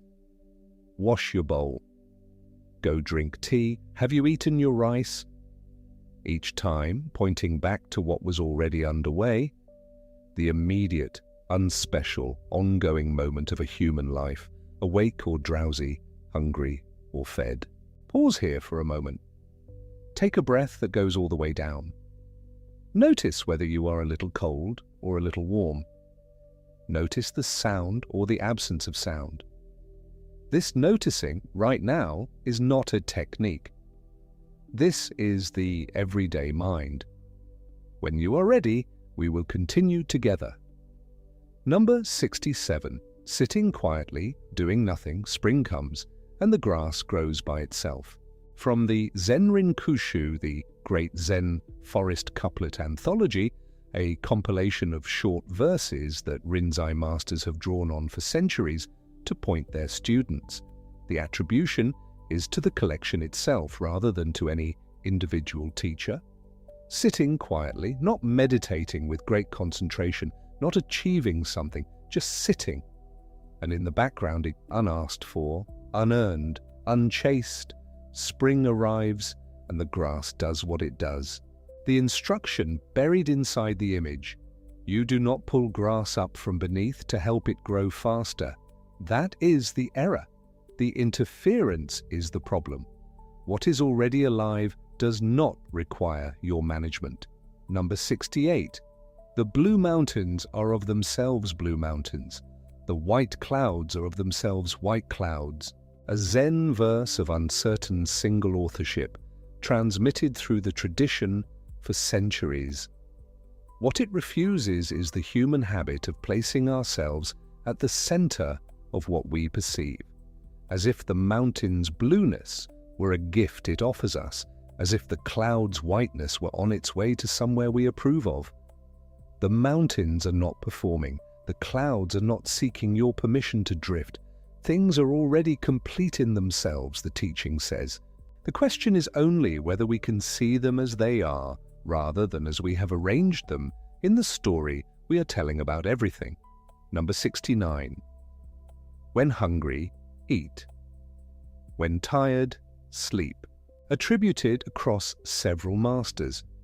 The instruction is so simple that it sounds like no instruction at all, but think of how rarely it is followed. When hungry, many people ignore the hunger past the point of reason, or eat something other than what the body is actually asking for, or eat while doing 6 other things so that the eating is entirely absent from the experience. When tired, you know how this goes. You stay awake past the tiredness, pursuing something that the tired mind cannot actually reach. The way in this reading is not added onto life as a special practice. It is life, followed simply. Appetite and rest, followed honestly. Number 70. No snowflake ever falls in the wrong place. A folk Zen saying, no canonical source confirmed. Label it as it is, traditional, anonymous. And what it points toward is something the thinking mind resists powerfully, the possibility that things are landing exactly where they are supposed to land. Not that everything is perfect by some external standard, not that nothing should be changed, but that this particular moment, with its specific weight and weather, has arrived precisely. The snowflake is where the snowflake is. This is it. Number 71. The moon does not fight. It attacks no one. It does not worry. It does not try to crush others. It keeps to its course, but by its very nature it gently influences. A saying attributed broadly with no definitive canonical source. Treat it as anonymous, which the tradition asks us to do honestly. What it describes is a kind of presence that does not assert itself through force, that simply is fully, and by being fully itself becomes a source of light for other things. The moon is not trying to illuminate, it is simply shining. The illumination is a consequence of being what it is completely, without effort and without agenda. Let the body settle. The warmth of the bed, the slight weight of everything that holds you down toward the earth. The breath coming and going. You are not doing anything with it. Now the teaching turns. Because everything we have been sitting with, the ordinariness, the wood and the water, the grass growing by itself, the moon on its course, all of it is already made of impermanence. The tradition has never pretended otherwise. Number 72. The Zen death poem is its own small tradition within the larger one. A teacher, sensing that death was near, would compose a verse, a final pointing. Not an elegy, not a prayer, a pointing offered as a last act of teaching. Koza Nichikyo's death poem, empty-handed I entered the world, barefoot I leave it, my coming, my going, 2 simple happenings that got entangled. This is from the classical Japanese death poem tradition, the Jisei. What Koza Nichikyo offers is not grief and not peace in the soft sense, but something more precise, a remark about the nature of a life. That it was 2 events, arrival and departure. Between them, the tangle. The tangle was not extra, it was what a life is, but beneath the tangle, the empty hands coming in, the bare feet going out. No cargo either way. Number 73. Ikkyu, the 15th century Rinzai monk who spent much of his life outside temple walls, in taverns, in relationships, writing sharp, irreverent, sometimes erotic poetry, left behind a verse in this spirit. I won't die, I won't go anywhere, I'll be here. But don't ask me anything, I won't answer.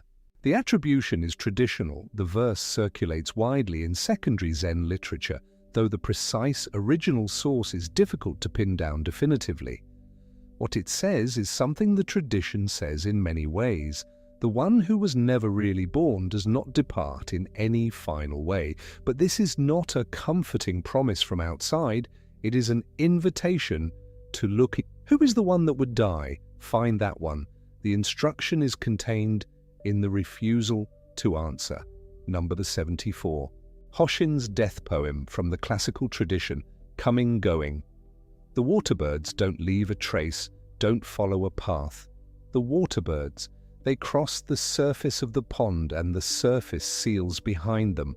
No wake that holds, no track in the water. A life like that, Not a life of non-action, but a life so fully lived in each moment that nothing accumulates, nothing drags. Each crossing complete in itself, the next crossing also complete. The water between crossings, simply the water. Number 75. Basui Tokusho, the 14th century Japanese Rinzai master, held one question throughout his entire adult life. He had it before he was ordained. He continued with it after.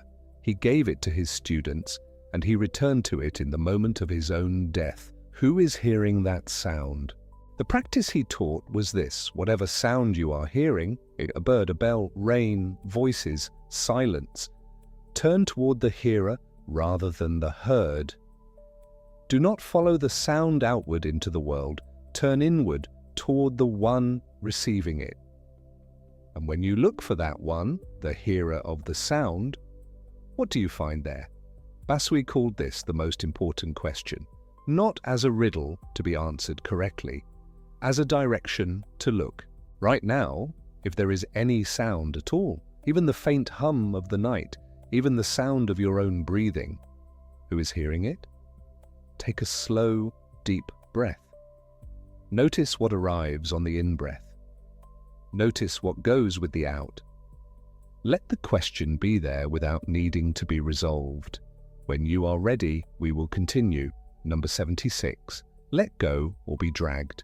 A Zen proverb, widely circulated without a confirmed canonical source. It is, as far as the record shows, a folk saying, and it is more honest to call it that. But it points at something the tradition has been trying to describe for a long time, that there is a moment in any form of suffering that arises from attachment where a choice is present, not an easy choice, not one that the mind completes quickly or once, but a choice. Release the grip, or be pulled by what you are holding past where you intended to go. The proverb does not say letting go is painless or instantaneous, it just names what the alternative looks like. Number 77. The tighter you squeeze, the less you have.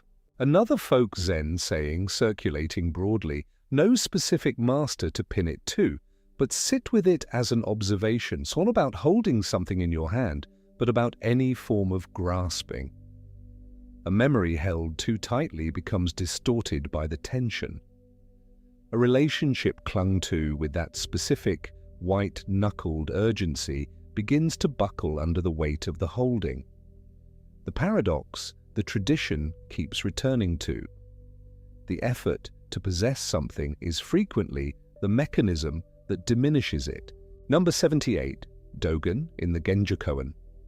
A flower falls even though we love it. A weed grows even though we do not love it. This is Dogen at his most plainly devastating. He is not offering comfort. He is offering description. The world does not arrange itself according to preference. The flower does not negotiate. The weed has not consulted you. The experience of watching something beautiful drop away and the experience of watching something unwanted persist. These are not errors in the system. This is the system. And the teaching is not that we should stop loving flowers or start welcoming weeds. The teaching is about what happens when we see the truth of it clearly. Something loosens. Something we had been bracing against for a very long time can be allowed to be what it is. The night goes on, the breath comes and goes, each breath a small arrival, each breath a small departure. Now the trap. Because after everything the tradition has offered about the ordinary, about the already found, about the practice that is not distant, there is a way of receiving all of this that is itself the obstacle. You hear that you are already what you are seeking, and you reach for it. You hear that the everyday mind is the way, and you try to make your everyday mind more everyday. The Zen tradition has a sharp, slightly amused awareness of this trap. The teaching about non-seeking becomes the new thing sought. The instruction to let go becomes the new grip. This cluster of teachings is for that. Number 79. You are already what you are seeking. A folk distillation, no canonical source, no single master to attribute it to, but true to the spirit of what the tradition has been saying in more elaborate forms for over 1,000 years. What it points at is not encouragement, it is diagnosis. The seeker and the sought are the same event. The gap between them is not a distance to be crossed, it is a thought arising repeatedly, insisting on a distance that does not exist. Number 80. Woman Huikai's verse on the Koan of Mu from case 1 of the Wumengguan. Has a dog Buddha nature? This is the most serious question of all. If you say yes or no, you lose your own Buddha nature. Wumen compiled the Wumengguan in 1228, 48 cases, and the commentary he wrote on each case is itself a teaching. On Mu, he is explicit. The problem with the question is not that it is hard to answer. The problem is that answering it is the wrong move entirely.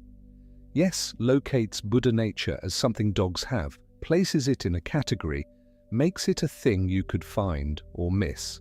No denies it, which the tradition equally refuses. The question is not a gate you open by choosing correctly. It is a gate you pass through by exhausting the mechanism of choosing. Number 81. Wumen, in the same commentary, describes what genuine work with the Koan of Mu is like.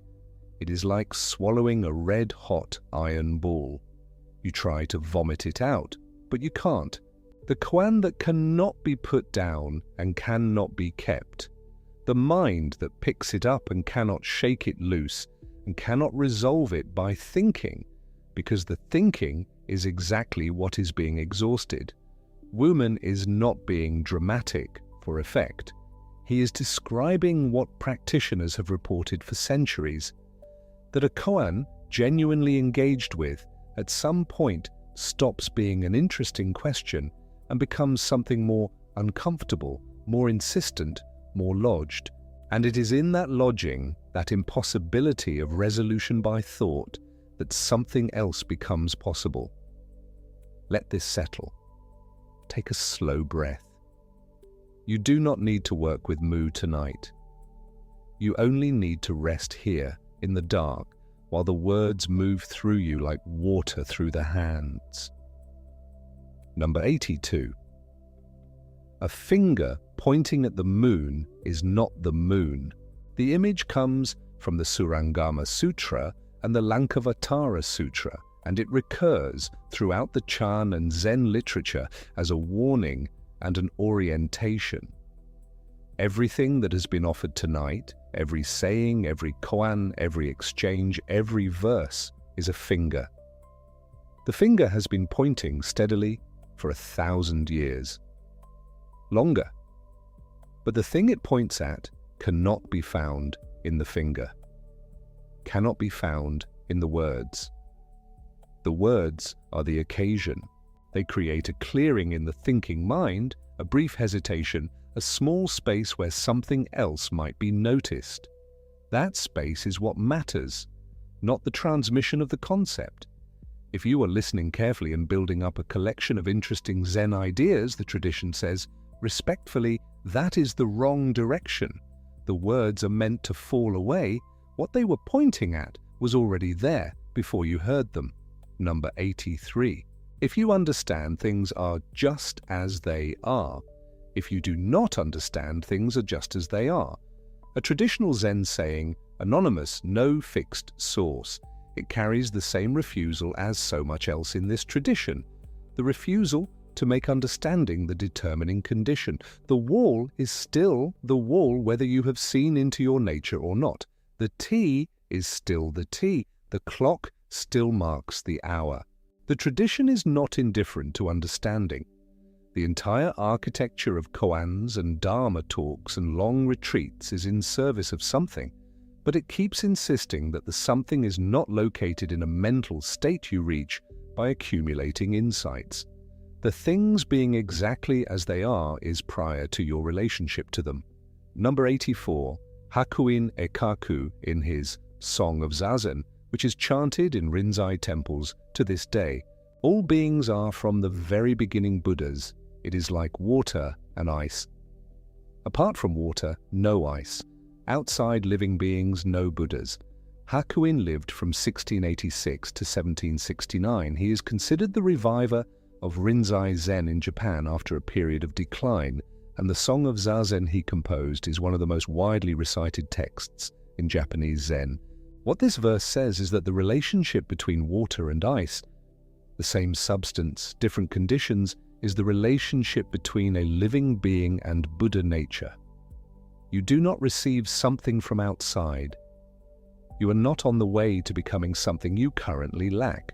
The ice already is water. The water already is the ice, given certain conditions. Number 85, Hakuin again, from the same song, how near the truth, yet how far we seek. Like one in water crying, I thirst. The image is almost funny in its precision, standing in water, surrounded by water, perhaps up to the waist in it, and crying out for water. Not because there is no water, because the pattern of seeking has become so habitual, so deeply grooved, that the thing being sought is invisible precisely because it is too close, too completely present, too entirely the medium you are moving through to be perceived as a thing. Number 86. Don't seek to follow in the footsteps of the wise, seek what they sought.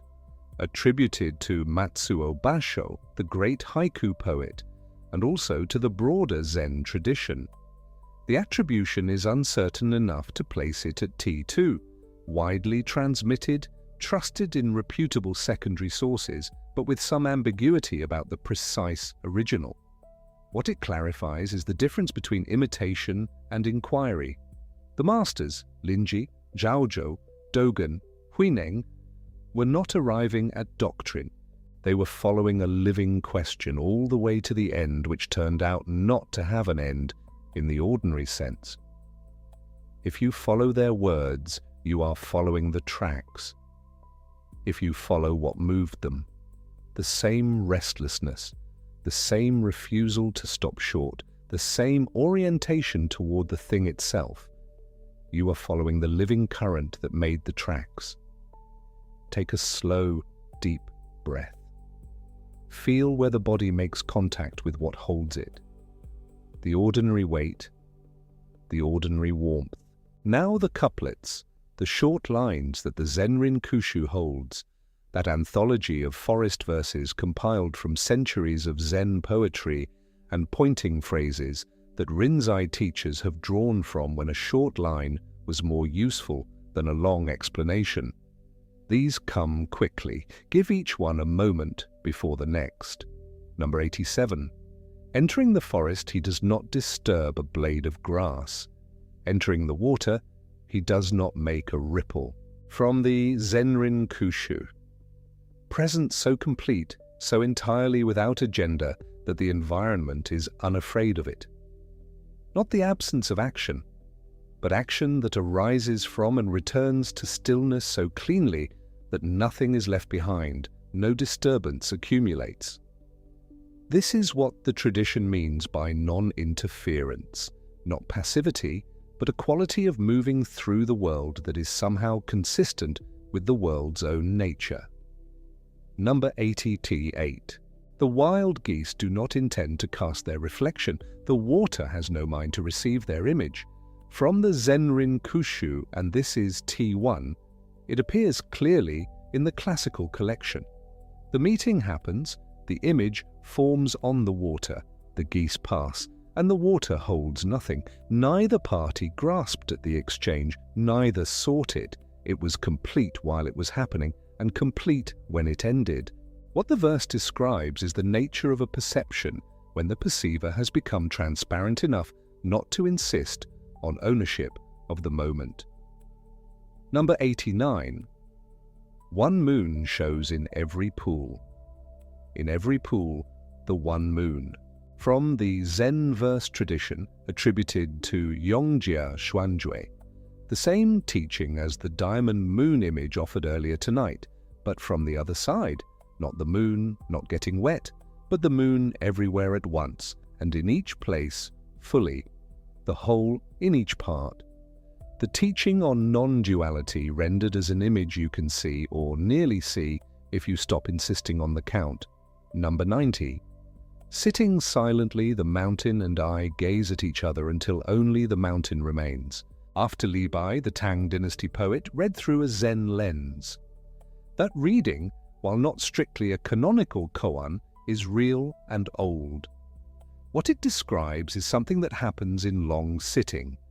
The boundary between the sitter and what is being sat with begins to thin. The mountain does not disappear, the self thins. And when the self thins enough, only the mountain is left, which is not a loss of the sitter, but a liberation of what was always there behind the insistence of the self. Number 91. The bamboo shadows sweep the stairs, but no dust is stirred. The moonlight pierces the pool, but leaves no trace in the water. From the Zenrin Kushu, 2 images of action without residue. The bamboo sweeps, the dust stays. The moonlight enters, the water holds nothing. These are not images of indifference. The sweeping happens. The light enters. The event is complete and entire, and then it is over, and the world is unchanged, and somehow this is the point: to act fully and leave nothing behind in the form of grasping or regret, or the need to have acted differently. Number 92. Sit quietly and watch the leaves fall. Each one knows the way home. A modern folk Zen verse, composed in the tradition, but without a canonical source. Label it honestly. But the image it offers is a real one, the leaf that releases without negotiating, that falls without deliberation, that arrives where it arrives without having gotten it wrong. We watch and call it falling. From where the leaf is, there may be no name for it at all. Number 93. The snow falls, each flake in its appropriate place. In the tradition of the teaching verse attributed to, or in the spirit of Sengai Gibbon, the 18th century master known for his ink paintings and his wit, the line is traditional, approximate in its attribution T2. What it says is related to the snowflake saying offered earlier, but more precise. Not just that it lands without error, but that its place is appropriate. The word suggests a kind of fit, a rightness without sentimentality. This flake, this place, this moment. Appropriate. Number 94. When the bird flies, it is just flying. The sky does not get smaller. A pointing line composed in the tradition, honestly classified as a folk Zen verse. The sky is not diminished by the bird passing through it. The sky is not diminished by anything passing through it. This is the image the tradition reaches for when trying to describe the nature of awareness. That thoughts, feelings, sounds, sensations pass through it like birds through sky, and the sky behind them remains full. Number 95. Walk on, just walk on. A line distilled from the records. T2. It could be the most repeated instruction in the tradition across all its forms. This sense that the practice is not a destination you are walking toward, but the walking itself, kept honest and kept moving, not hurrying, not lingering, just the next step, which is the whole path, which is the next step. Take a slow breath here. Let the weight of everything that you've carried tonight, the koans, the exchanges, the masters, the parables, the long span of the tradition moving through time, let all of it settle the way sediment settles when the water is finally left alone. Number 96. Do not try to still the waves, become the water. A folk Zen saying widely circulated, no confirmed canonical source. What it describes is the difference between two relationships to the contents of the mind, suppression, which is exhausting and temporary, and identification with what is beneath the movement, which is neither suppressing the waves nor being tossed by them. The waves arise. The water does not leave to go somewhere. Waves are not happening. The water is what the waves are made of. And underneath the movement, the water is already still. Number 97. Muddy water is best cleared by leaving it alone. This line arrives at the boundary of two traditions. It is Taoist in its sensibility, Chán in its application, and the two rivers have been flowing alongside each other since Chán took root in China and began absorbing the native wisdom it found there. Call it honestly a Taoist Chán crossover, which the tradition itself acknowledges. The muddy water. You do not reach in and stir it back to clarity. You do not study the mud. You set the vessel down and wait. The mud falls. The water returns to transparency. The clearing is not something you do, it is something you allow. Number 98. Zen and Chán from the Hsin Hsin Ming, the third ancestor of Chinese Chán, whose text we have visited several times tonight. Stop talking, stop thinking, and there is nothing you will not understand. Understanding by subtraction, not by addition. The tradition keeps returning to this, that the mind in its natural state, before it has been filled up with preference and commentary, and the running self-narration, already has access to what it has been seeking. The obstruction is the seeking. Stop the movement, and the thing you could not find by moving finds you, because it was never anywhere else. Number 99. The mind is like the sky. Thoughts are passing clouds. A common Buddhist and Zen image, T2, widely transmitted, deeply rooted in the tradition's basic phenomenology. The instruction it carries is not to make the clouds stop. The sky does not make the clouds stop. The sky is what the clouds appear in, and the sky is unaffected by them even when it is entirely covered. The practice is not clearing the sky. The practice is recognizing what you are. You are the sky. The clouds are not you. They are in you, arising and passing, and you remain. Number 100. Dogen, paraphrased from the themes of the Genjo Koan. If you cannot find the truth right where you are, where else do you expect to find it? This is the essential Soto challenge, not as a rebuke, as a gentle and slightly exhausted observation. Every distance you could travel to find the truth would simply deposit you somewhere else, a different version of here, still requiring the same recognition. The truth is not in the library, not at the right retreat, not with the perfect teacher. It is here, in the conditions you have in the ordinary life you are already living, asking to be seen. Number 101. Sit, rest, work, alone with yourself, never weary. A folk saying, no attributed master, no canonical source. But it describes the texture of a life that has somehow found its ground. Not the life without difficulty, not the life without the ordinary grinding requirements, but a life lived from something steady enough that the sitting and the resting and the working do not deplete it, because they are not in opposition to anything. Number 102. Nothing is left to you at this moment but to have a good laugh. A traditional anonymous Zen saying. This is the instruction that arrives after the koan breaks open. Not the laughter of comedy, not the laughter of nervousness, but the specific laughter of seeing through. When what you have been taking very seriously reveals itself to be, in some final way, not what you thought it was, there is sometimes nothing to do but laugh. The laugh is the acknowledgement. The laugh is the release. The night is deepening. The body has been settling for a long time now. Let us bring the number home. We began tonight with the 108, the mālā, the beads, the bell. We said we would return. Number 103.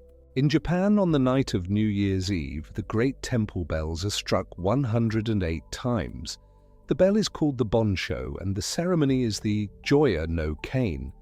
The bell is struck slowly once at a time, with long spaces between, each resonance allowed to complete itself before the next begins.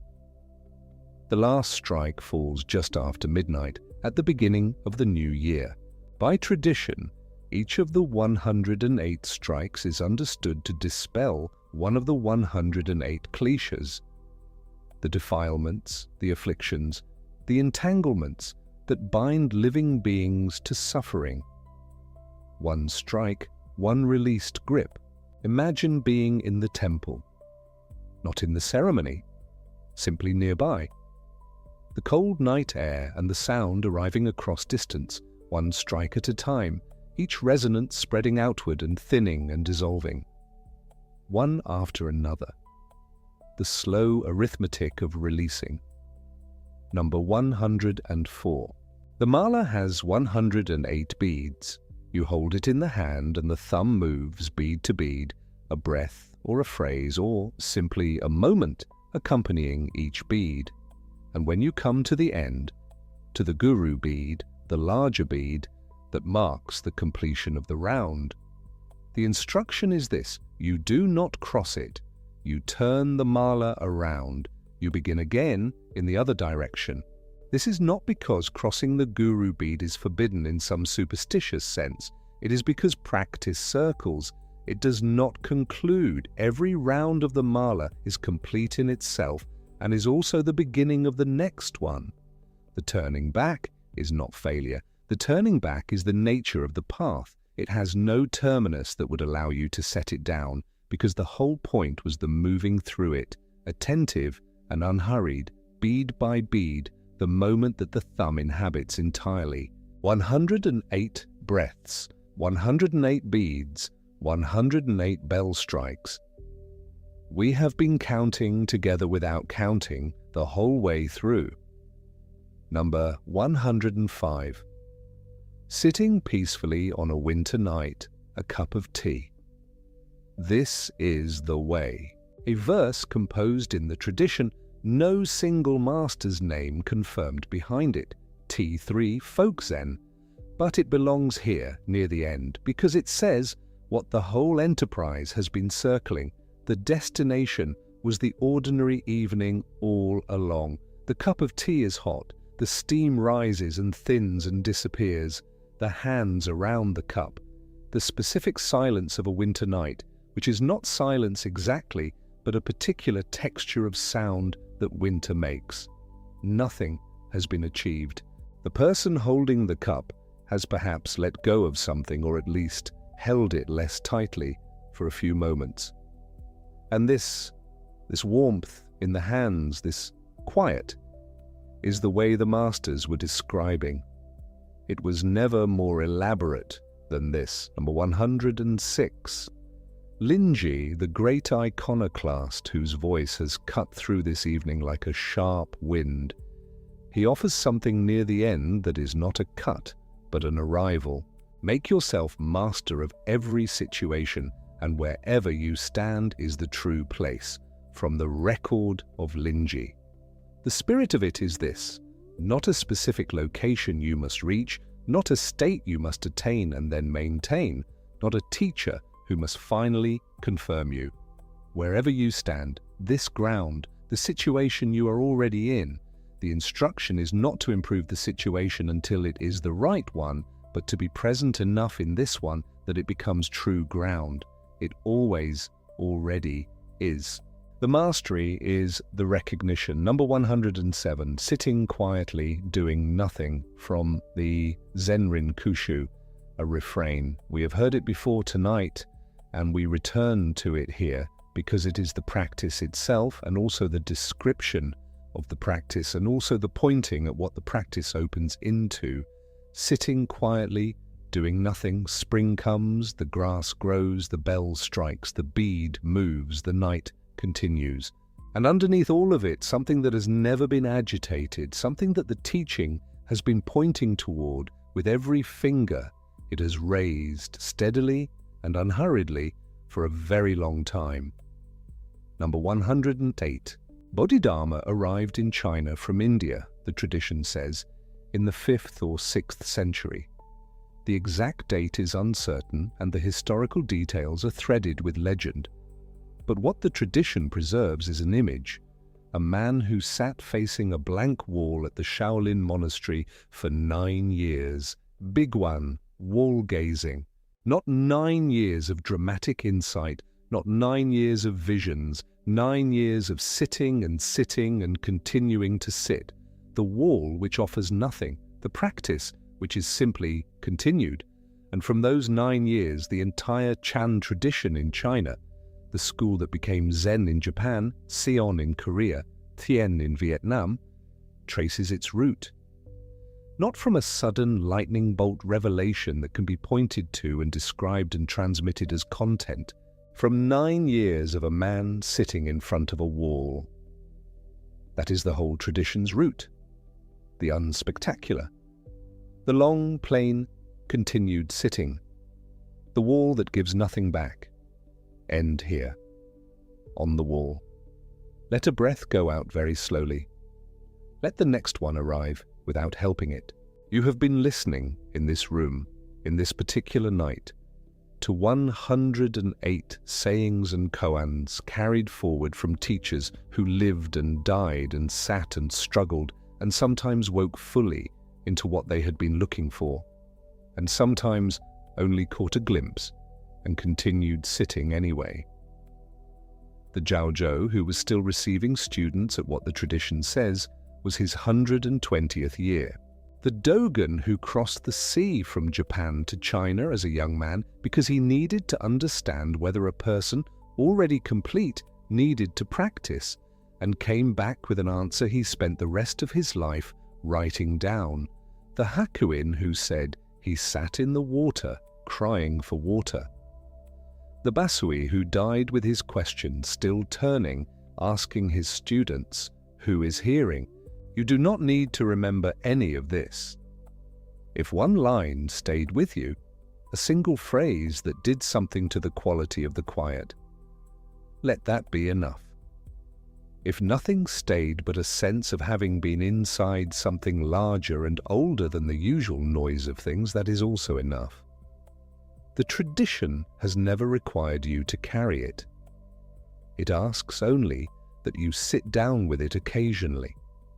And you did tonight. The 108 afflictions, the teaching says, can be released, not all at once, not in a single sitting, not by force. Bell by bell, bead by bead. One thing laid down at a time, gradually, the way the year turns gradually from one face to another without ever announcing the exact moment of change. The ordinary night is still ordinary. The room is still the room. The body has been resting for a long time now, and the breath has been moving on its own, without instruction, doing exactly what breath does when you stop interfering with it. Somewhere, a temple bell strikes once. The sound spreads outward into the cold air. It thins. It becomes something you are not sure you can still hear. And then it is gone. And the silence after it is not empty. It is the silence that the bell has always been dissolving into. The silence that holds the bell and holds the night, and holds the sleeping body, and holds the teaching, the way water holds the fish, the way the sky holds the flight of the bird without diminishing. You are already where you are. That is the whole of what is needed. Welcome to relaxing subjects. Subject closed for the night. Let it all relax away.